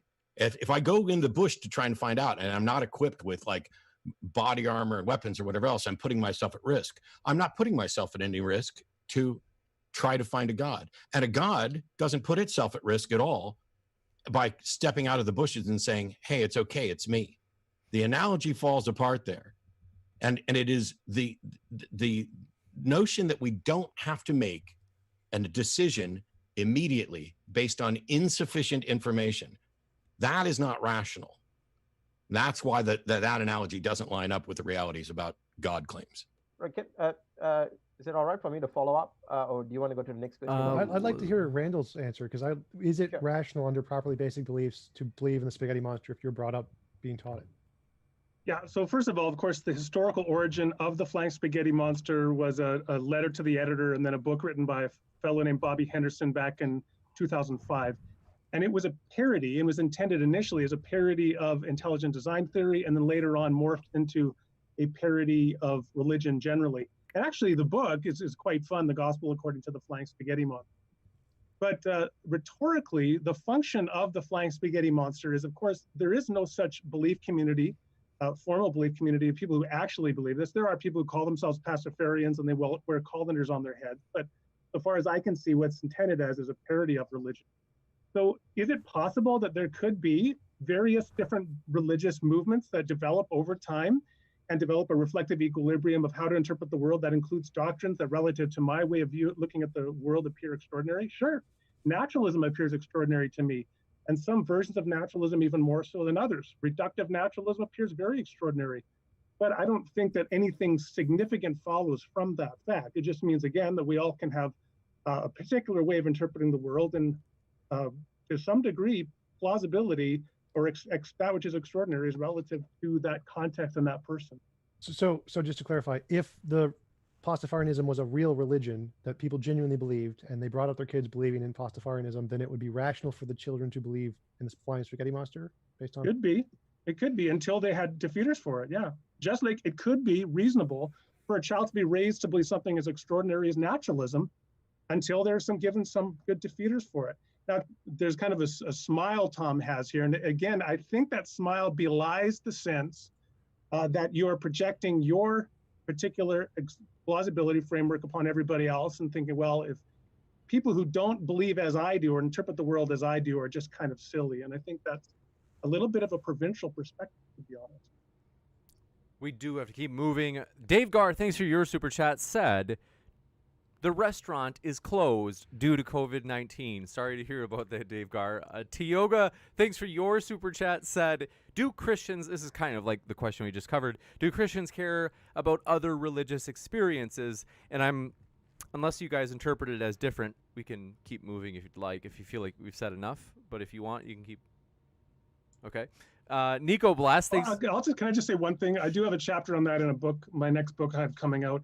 I do think that Christians shouldn't ignore religious experience that doesn't fit into their plausibility framework, because they could be guilty of a confirmation bias, right? Of just looking at evidence that supports their views and ignoring evidence that doesn't. So we do have to take it seriously. You got it. Thanks for that. And also thanks to Nico Blast. Appreciate your super chat. Said, Paul had painful sight, head pain, debilitation for several days. That matches a seizure. Okay. It might also match an actual experience with God. Now you got to figure out which one. Is it more reasonable to conclude a seizure? I would say so, since we have evidence for seizures. But this is a bad argument that I suggest atheists stop using, because it unnecessarily adopts a burden of proof that you can't meet. Just showing that an experience is consistent with something is exactly what the opposition is trying to do. So why do it?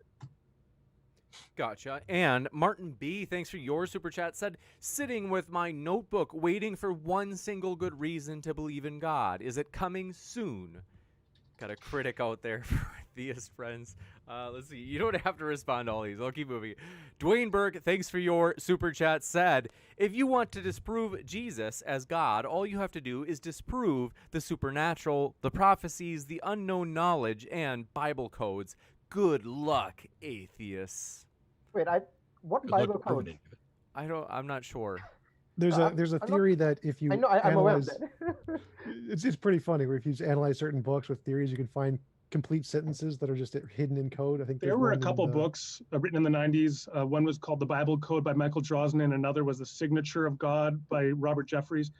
But I think this person's being facetious, and I certainly wouldn't take that seriously, Bible codes. I think it's kind of like backmasking when you listen to Led Zeppelin backwards and you can hear Satan talking. It's very highly subjective.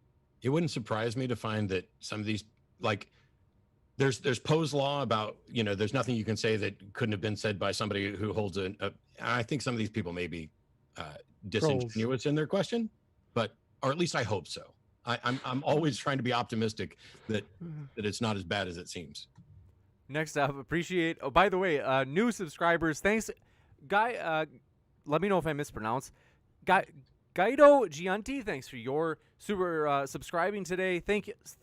Alex, Nico Dig, thanks for subbing, and Jelly Roll, Mitchell Jackson, and JT Hunley. We hope you feel welcome. We're a neutral platform, so we really do, whether you come from Christian, atheist, whether you be gay, straight, you name it, no matter what walk of life you come from, we do hope you feel welcome here. And with that, jumping into the next question, appreciate your super chat from Bothell Guy, who says, I saw God die. I have no more evidence for this claim than you have for your God. Is it rational to believe me just because I claimed it?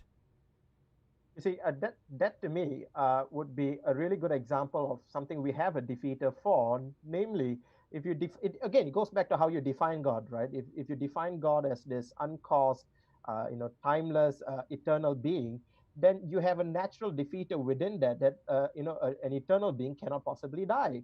So I think that itself is a natural defeater already. So that's what I was looking for. Sorry? Can God die if he wants to? It would depend. If in his eternal nature, I don't think he can, right? I mean, otherwise you'd have to redefine what eternality means. Right? I was having a bit of fun, Samuel. I'm always just having a bit of fun there with the burrito thing. Gotcha. And thanks for your super chat from, appreciate it, Tioga, who said, thank you for the content, for continuing to have these conversations. We'll thank the debaters. The pleasure is all ours to have them. It's always fun, and they are linked in the description, as I mentioned. Let's see. FT, thanks for your super chat, said, thank you, Tom, Randall, Matt, and Sam, for having these discussions. This is an interesting question, too. They said, can you give some advice on the epistemic crisis in America regarding politics and fake news within politics? I'll defer to Randall for the Christian side. Well, I think that I've been horrified to see the evangelical support for Donald Trump. I would argue that he's a proto-fascist, and I don't say that as just an insult. I mean, I think you can go down the kind of behaviors he's enjoining, such as demonizing the media and the use of the military most recently, all sorts of things, and I think that's very concerning. I don't think Christians should ever get behind any particular political party or platform, because that never ends well.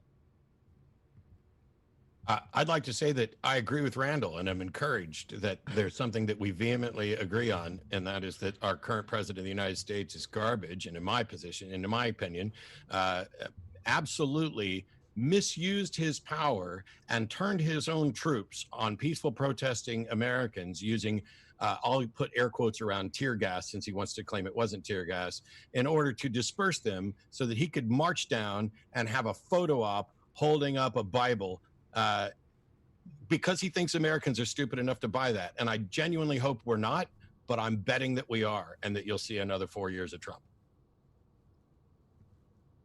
Tom, any words? Nope. Gotcha. All right. Thanks. I'd have tipped you $20 if you'd just said MAGA right then. Let's see. Thanks for your super chat from Roy Stegall. Appreciate it. Said, does the theist word salad come in blue cheese wedge? I'm not sure they even listen to Tom and Matt. Randall and Sam, can you steel man their position? You have a challenge there. Go ahead, Randall and Sam. I can try and steel man a part of it, and that is, in the absence of actual supporting physical evidence, and in the absence of something similar evidence that would show that this belief is false, it is rational for someone to accept the direct experience and testimonial experience of others with respect to the notion that a God exists. That is how I would sum up what they've hit.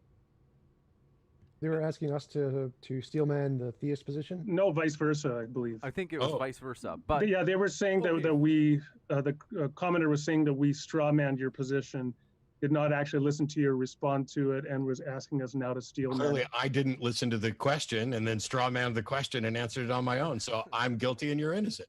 You did not. What you actually did is exhibit a commitment to steel manning. You ennobled yourself, even as I continue to look like a straw man in the eyes of that audience member.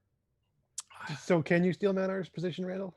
I think that you've done a good job of presenting your position, and I think I've offered relevant criticisms to the position.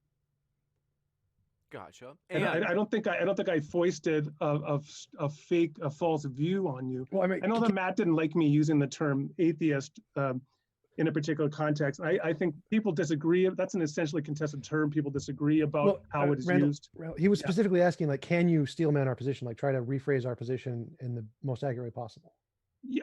Well, so for example, you took a position that you believe that science provided the best explanation for, and such. You said that religious beliefs are imaginary, and science provides the best tool to understand them. And I don't agree with that, but I understand how people can find science compelling. I think that both of you are rightly suspicious of testimony to the degree that it can mislead. But of course, I did say that testimony is fallible. So I think that there actually is a fair amount of agreement on various points, even if there's overall disagreement. Gotcha. And thanks for your super chat from Ansi Sorvisto. Appreciate it. Asked, where is the verification for this reality plus? And is there a way to discern between make-believe and this expansion of existence? So one way to think about to respond is to point out some classic epistemological observations that, for example, our experience of the world underdetermines whether what is called realism is true, namely whether there is a world external to the mind, or whether idealism is true. But the fact that you cannot ultimately settle the question of whether idealism or realism is true does not mean you can't have good grounds to believe or accept realism, or that a person could have good grounds to accept idealism. Gotcha. And thanks for your super chat from Sigifredo Sarabia. Good to see you again. Said you, atheist, are designed unintelligibly. And they attribute that quote, if I understand right, they are attributing that quote to Matt. Let's see. Yeah, so earlier when I was talking about that, we have been designed by the unguided process of evolution. I'm sorry that they don't pick up on, hey, I'm using a word in a colloquial humorous sense, because I specifically pointed out when I said the sentence that it is an unguided process. So I use this specifically because people will point to things and say, look, it's designed. And I will say, no, the appearance of design is not actually design. And I actually did this dance today and sent the thing to Tom before we started, because somebody posted like two pictures of like a beach ball and a globe and a car engine and a heart. And the ones on this side were like, oh, not designed according to atheists. And the ones on this were designed according to atheists. And I'm like, that's because for the ones on this side, all of the available evidence points to them actually being designed and having designers, and no evidence points to them occurring naturally. And the reverse is true for the other side. These things occur naturally, and there's no evidence explicitly for design.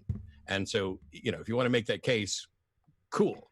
But it's not like we're holding up some standard that's what we do to confirm design is to contrast it with that which is naturally occurring. I don't know how else you could do it. Because if you want to say that which naturally occurs is also designed, then you might as well just be saying everything's designed. And how do you prove that? There's no reason to have any argument then, because it's just an assertion that everything's designed.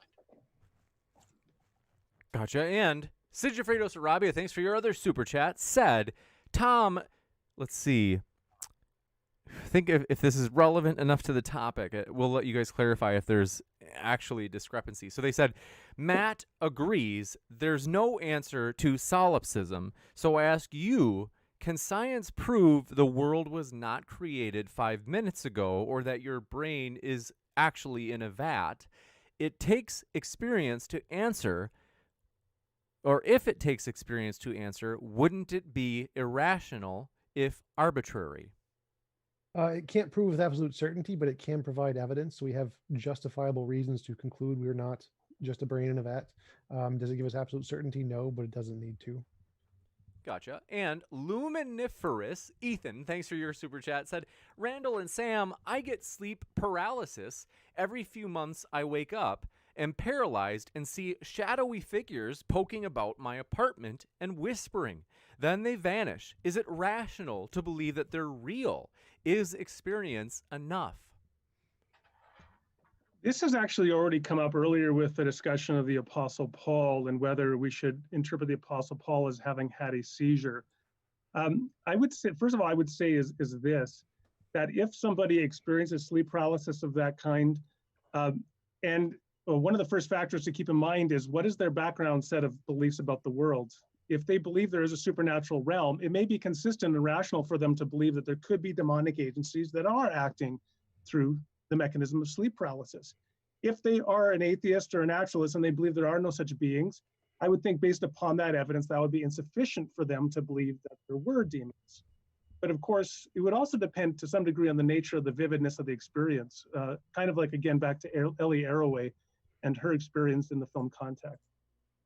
Gotcha. And thanks so much for your super chat from Stupid Whore Energy strikes again and says, God or gods and things like that are objectively extraordinary.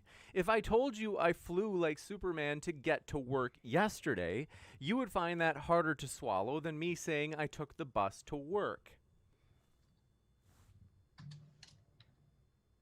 I think that's a false analogy. I agree that because we do know aspects about what human beings are and how we propel ourselves through space, that is an extraordinary claim. I deny that relative to theists and the perspective of most people, frankly, on planet Earth, the belief in God is an extraordinary claim in a relevantly analogous sense. Gotcha. And thanks so much from Sigifredo Sarabia for your super chat. Said, Samuel, doesn't the argument of religious experience follow if you presuppose God and must be, quote, religious, unquote? Why does it have to be a, quote, religious, unquote, experience? Because we're talking in the context of God. I'm basically, we all have, I completely agree with Matt that we all have experiences all the time. In fact, you're watching this debate, you're experiencing this debate as well, right, through your cognitive faculties. But the question of whether we can go ahead and trust God's existence is not really a presupposition. I didn't employ a presuppositionalist view.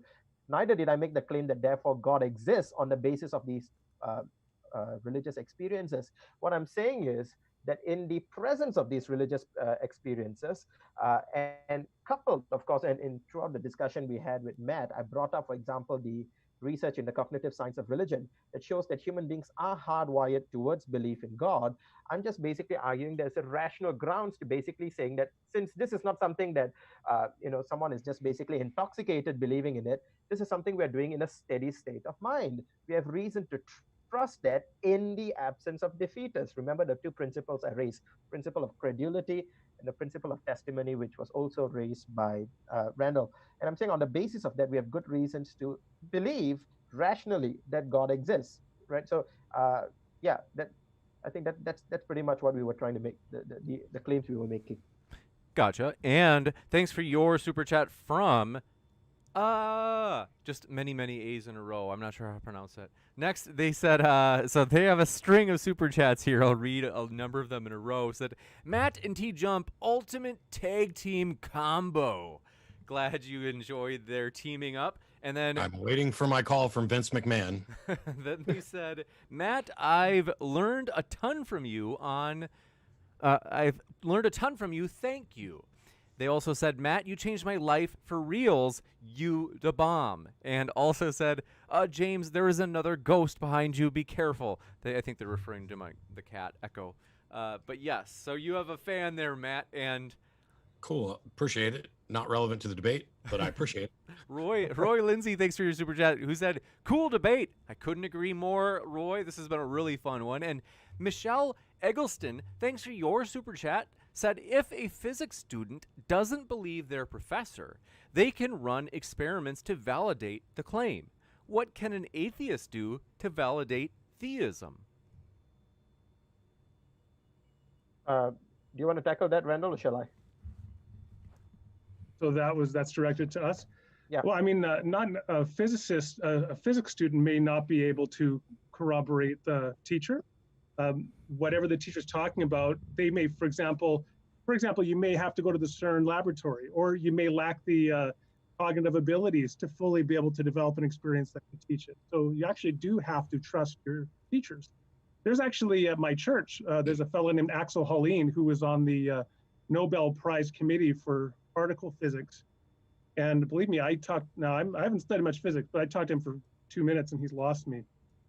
But in terms of testing, well, I would suggest this person read Philosophy of Religion, because there's an extensive literature between theists and atheists, each one providing arguments and evidence for their particular interpretation of the world. Gotcha. And Michael W. Roble, thanks for your super chat, said, question for Randall. You were talking about ultimates and absolutes and appear to be taking a hard line on definitions. Are you a follower of Darth Dawkins? No, I do think that it's important to have clear definitions. I don't know what hard definition is. I mean, we can see if we have clear definitions, then we recognize where people are using terms in slightly different ways, as for example, Matt and I did. And then you can avoid talking past one another and leading to confusion. So I like good, clear definitions. Gotcha. In this time, Frustrated Atheist, thanks for your super chat, for Samuel, said, so are you saying that a belief in a general concept of a deity is reasonable? If so, sure, but why? I think we've presented reasons why, namely, for example, I think Randall has presented the argument from properly basic beliefs, and I've presented the argument that it's reasonable to trust our experiences. I think this is not something that is, it's not a debatable or disputable. I mean, it's not something that I think is really that contentious. We trust our experience all the time. And in response to the previous questions, sure, when it comes to physical things that, a class teacher teaches, you can go out and test it. But how do you do that with history? How do you do that with consciousness? How do you do that with, there are lots of things that are not there, that you can believe, that are not tied to the natural world. And clearly, when we talk about God, none of us believe that God is a natural entity. So I think it's a categorical error to try and say, to use the same method, or at least it's not analogous to testing out a physical experience, because a physical experiment, because God is not a physical being. Right now, you can use that and say, well, that's a dodge. You're dodging because you've made God in that way, but that's always been the way we've defined God, right? God is that's the fact that this is always the way we define God. It's like the people who want to fault science because God has been defined in such a way that science can't investigate it. Therefore, it's a problem with science. I mean, Randall was asked how these atheists, how Tom and I can actually confirm the existence of God, and instead he just says, well, maybe if you don't have access to the physics experiment stuff, you should just have to trust your teacher. And I'm saying, no, that's still not how it works. Just because you have a physics professor who's relaying information to you and you don't have access to CERN doesn't mean you merely have to take your teacher's word for it, because it's not the teacher's word that's relevant. It's the data that they're presenting, how reliable it is, how independently reproducible it is. That's the way science works. And we still didn't get an answer for what Tom and I should need to do to confirm a God.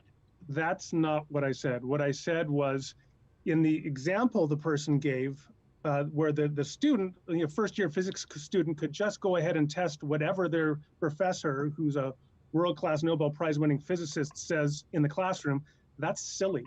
There are the vast majority of things where that first year student has to accept what their teacher says. The next thing I pointed out was that if you actually want to look at arguments for God's existence, there's a vast literature in the philosophy of religion that are debating both atheists, theists, and various other perspectives, and they're all providing arguments, and you can go ahead and look at those arguments and see whether you find them compelling. Cool. Still got it wrong and still no answer. Right. I just want to respond to Matt, if that's all right. I think sometimes the way in which the question is phrased, and I think that Matt will completely agree with me on this. For example, if I asked you, Matt, who was the creator of the universe? If you claim there is no creator, who is the creator of the universe? You would rightly say that question is a convoluted one, right? It's not a helpful question. The question itself is quite poisoning the well, because it assumes there needs to be a creator for the world. I mean, you would agree with me. So I think that when someone basically comes and says, how do you test God? That's not a very helpful question, because God is not repeatable and testable like the other things of nature. And why should anybody believe something that isn't testable? Because it's immediate and intuitive to us. That's what I mean. I think that no matter whether you're in the jungles of Africa, Matt, or whether you are in you're a scientist, or no matter what you are, belief in God is something that is immediate, natural, and intuitive. It's Tell something that to that the you and Paraha. Matt, let me finish, Tell Matt. that to the Paraha. Let me finish, Matt. So it's something Okay. that you and I can experience, and it's something that you and Tom both have claimed you have experienced. Both of you have said that we don't trust what we have experienced. That's fine. But for those of us who do, we have rational grounds for doing so. You have not presented any defeaters for those. So in the absence of any, I'm not saying there aren't. Please hear me carefully. I'm saying that in the absence of those defeaters, we are absolutely rational in going ahead and believing in that God. That's all we're saying. We do have some comedic relief. Me too. Thanks for your super chat from many A's in a row. Said in a number of super chats, they're in a great mood today. Said, should I order pizza? Yes or no? Need advice? Yes, you definitely should. I hope it doesn't sound arrogant when I say I am the greatest man in the world. La Biblioteca. Thank you for all of those super chats. Tioga said, bring the kitten back. Appreciate that. She's sweet. Frustrated Atheist, thanks for your super chat. Said, for Randall, why does the experience have to be religious? Why does the experience have to be a religious one from a religion that is well established? That just seems like you are making things up. We haven't restricted our discussion at all to a particular religion. We've looked at He's talking religious about the experience generally. Pastafarian one, where you said Pastafarianism was not a real religion. Yeah, and everything you said about it was based on a fact-finding mission to the origins of it, as if that somehow acts as any sort of response at all. If we didn't have that information, if somebody had just been presented with these flying spaghetti monster, the fact that I can't demonstrate that Christianity was an invented fiction in the 4th century by the Pope and the Masons, which is what some, I will admit, batshit crazy conspiracy theorists think, but the fact that I can't show that doesn't change it. So the fact that you know what the origin of this is, it isn't relevant to whether or not it's rational to somebody, because you yourself have already made it clear that the determining factor of whether or not something is rational is based entirely on what you personally believe. I think it is relevant, as I pointed out, that the rhetorical function when people invoke the flying spaghetti monster is as a parody religion, as intended to parody. And then I made the point, which is an important, legitimate point, that yes, you could be, as I said, an atheist. You could be a naturalist and teach your child, as let's say Richard Dawkins famously talked about in one of his essays, all sorts of things that I believe to be extraordinary. And yet that child could be justified in believing them until they have some reason, some good defeaters to doubt the testimony of their parents. We don't have too many questions left, so we'll try to speed through these last ones and then let our speakers go, as we really appreciate their time. They are linked in the description, as I've mentioned, in case you have not seen that yet. And thanks for your super chat from someone. Let's see. They corrected me. They said it's not pronounced ah. You're supposed to say all the A's in a row. That's a lot of them. They said, for you, James, you're the real MVP setting this up. I'm out. Thanks for your kind words. And again, all credit to the speakers. This has been a blast. Space Cat, thanks for your super chat. Said, Randall, do you think it's rational to believe the Bible over the evidence for evolution? And what about flat Earth? Should you believe in the... and then they said, where do you draw the line for irrational beliefs and why? I think I accept neo-Darwinian evolution. I don't think that it's inconsistent with Genesis 1-3. Genesis 1-3 are ancient cosmogonic creation narratives written in the accommodated understanding of people in the ancient Near Eastern world. I don't think that they're intended to reveal to us 20th or 21st century science, let alone who knows where science will be in the 25th century. So I accept the consensus of evolutionary accounts of human origins until it's been shown to be false. Gotcha. And thanks for your super chat. FT said, can you explain to Mr. Otto Pants that you can use facts about the world to get moral judgments? There's an is-ought gap. Gotcha. Thanks for that. Adam Kennedy, I think Otto Pants is a person in the chat they were debating with. Adam Kennedy, thanks for your super chat, said, theists, have you seriously looked at the arguments for the Catholic Church having the correct interpretations of the Bible? What is unconvincing to you? Yeah, I've actually had debates with a good friend of mine, Trent Horn, who's a well-known Catholic apologist, but that's a little bit beyond the purview as to why I'm not a Catholic. Gotcha. And Frustrated Atheist, thanks for your super chat, said, for Matt, playing devil's advocate, if I'm holding to a deity without saying you have to believe, can I be reasonable to hold that position? It's interesting that we picked the word reasonable there. I will answer your question briefly, and the rest of it's tied up in the closing remark that I'm going to make. Whether or not you are reasonable is determined by whether or not your belief and the justification for it are consistent with the facts of the world, not just what's in your head. And it doesn't matter whether you're trying to say I need to believe as well. The only thing that matters is, are you asking me if you're reasonable, which you just did. And so then I must use the criteria that I have to determine whether or not you're reasonable. Gotcha. And thanks for your super chat. Ronald Bentonka said superhero cast and moderator. Appreciate that. This has been one of my favorites. I've just honestly loved it. Shane Pierce, thanks for your super chat. We have only 2 left, including this one. Said Ellie's camera recorded 9 hours of footage during those 2 seconds in the movie Contact. Interesting. Okay. But it's still it didn't show anything. As I recall, there was this kind of garbled. But the fact that there were 9 hours of it in that tiny space is the point that somebody is making. Yeah, but yeah, it's a good point. But whether or not there is 9 hours sort of underdetermines the issue that the vividness of her experience could have been something that could allow her to believe it, even if others were not justified in doing so. Gotcha. And J.L. Warren, thanks for your super chat, said, Matt, your lack of nicotine has made you powerful. Let the precision and snark flow through you. Appreciate that. You've got another fan out there. Let's see. I think that is it for today. Let me just, we had one last one come in. Said, thanks for your super chat. JPP3030 said, good show. Thank you, James, and to all the speakers. Well, thank you for hanging out with us. Gentlemen, want to say thanks so much. Wait, Matt, did you say you wanted to do a closing? Oh, were we not? We can do that. I just had a couple comments for like a minute or so. I didn't know. Gotcha. Go ahead, Matt. We could do a final thoughts. Yeah, go ahead. I'll go first, and that'll give everybody else time to do this, and then they can say whatever they want. That's fair. And then I won't have the last word. I have a friend who refuses to debate a version of this topic. He won't debate, is belief in God rational? That's not what this topic was today, despite the fact that we heard that many, many times, talking about rational, talking about reasonable. The subject of this debate was, is there sufficient reasons to believe in God? And that presumes reasonableness, and that we are going to be presented with specific reasons. So can you be rational and believe in God? Sure.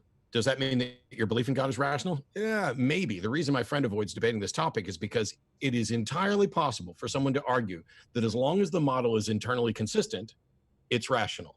And so then if you have somebody who knows nothing other than they've been told this, and they've been told that, and this is true, they might as well believe that too, that becomes rational. This is what we've seen throughout this, in the sense that Randall was essentially advocating that the rational is based on what you already believe. And I would argue that the reasonable is based on the best understanding. It's about what we understand, the bulk of humanity. It's not like it's reasonable to believe that the earth is flat, but it may be rational to believe that the earth is flat. If you're saying, I only have these 3 pieces of evidence and I haven't looked at anything else, all of a sudden it's rational, but it's never reasonable. And you don't have good reasons to believe the earth is flat. The defeaters for Simon's belief until defeated are, A, people can be wrong in their description and understandings of their experience and what they're attributing it to. That method of direct experience and people reporting has no demonstrably reliable efficacy. The experience leads to conflicting beliefs, and the method has no reliability and demonstrated unreliability. Those are the defeaters for it. It doesn't mean that it's false. It means that as a method, your method is garbage for reliably getting to the truth. It is no better than a coin toss, which is why I asked for someone to demonstrate that it would be. If testimony can lead you here and there, please demonstrate that it's more reliable than a coin toss. Otherwise, your method is more reliable than a coin toss. And that doesn't mean it's a path that should be used to truth. Are we going to flip a coin on whether or not I'm guilty of murder, whether or not Randall's guilty of murder? I make no bones about the fact that I'm a huge fan of Hume, and I will end with the two of the things from Hume. One is to proportion your confidence to the evidence, that the strength of your conviction for a proposition should be proportional to the evidence in support of it. And the second one, the greatest thing that I think Hume ever taught any of us is to reject the greater miracle. And the important thing here is that if you're presented with two things, hey, I experienced a God, or hey, I experienced something that I am wrongly attributing to God, reject the greater miracle. And Hume does not say accept the lesser miracle, because Hume knew better than that. But we should at least reject the greater miracle. And between some people got it wrong about God, or God is actually real and is confusing a bunch of people, that's the greater miracle. And so I will continue to consistently reject it. And I will not accept the lesser miracle until it has sufficient evidence to warrant belief. And currently, it does not. Gotcha. Any final words from anyone else? Sure. Yeah, I'd like to say that I think it's perfectly possible for there to be evidence of a God or the supernatural. All you need is testable predictions, just like science. If you can give some way to differentiate your imagination from reality, like saying, if supernatural being X exists and I pray to supernatural being, a gold brick will appear in front of me every time, and that occurs, I'm happy to grant that as evidence of the supernatural. All you need is testable predictions, just like anything else in science or any other belief. But I think that theism hasn't presented any, so I don't think there's any reason to believe in theism any more so than any other belief that has no predictions. Gotcha. Randall, if you want to say something, then I'll go last. Sure. So at the very beginning of his comments, Matt said, belief in dog is mundane, belief in God is not mundane. And that's a nice sort of capsule summary of what I'd want to say in response to Matt. So as I've argued, actually for the vast majority of people on earth, God is not extraordinary. It is in that sense mundane. And by the same token, a dog could, relative to a particular group, be an extraordinary claim. If a person or a community had no experience of four-legged animals, they only knew about snakes and lizards, then maybe to talk about something like a dog would sound pretty extraordinary.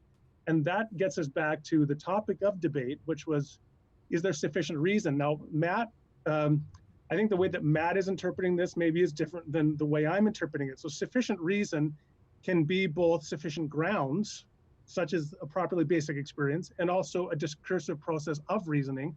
So I argued the first, and Sam argued the second point. Now, Tom, I accused him of scientism. He pushed back on that. But I think, again, in his final comments, he kind of comes back to it. So he says, well, what would you need to believe in God? You'd need testable predictions, just like anything else in science.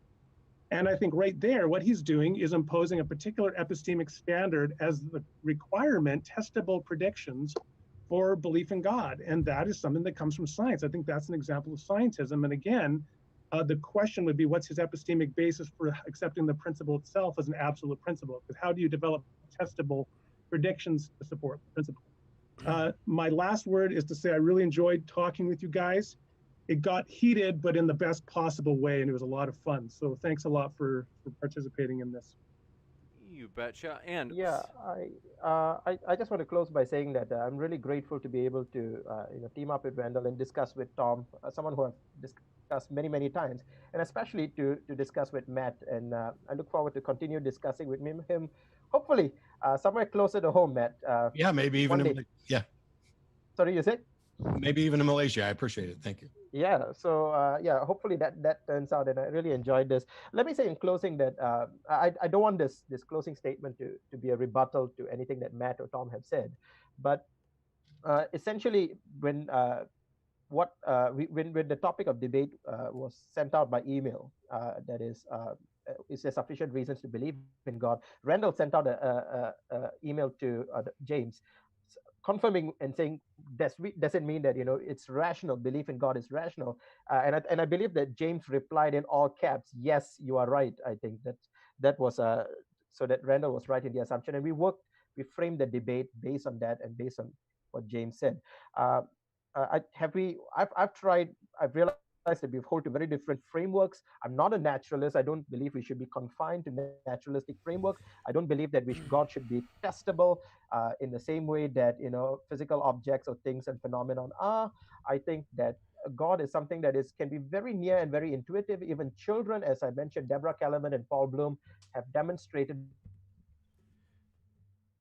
Both of them are illustrated that it's something that we are hardwired towards. So it doesn't take a lot of intellectual effort to believe in God.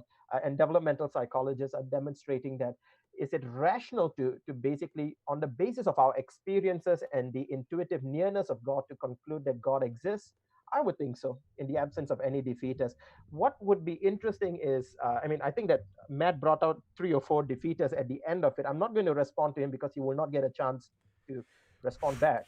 But what I would say is that, but then again, I have, with regards to conflicting revelation, I've mentioned, we can take what all these religious experiences have in common.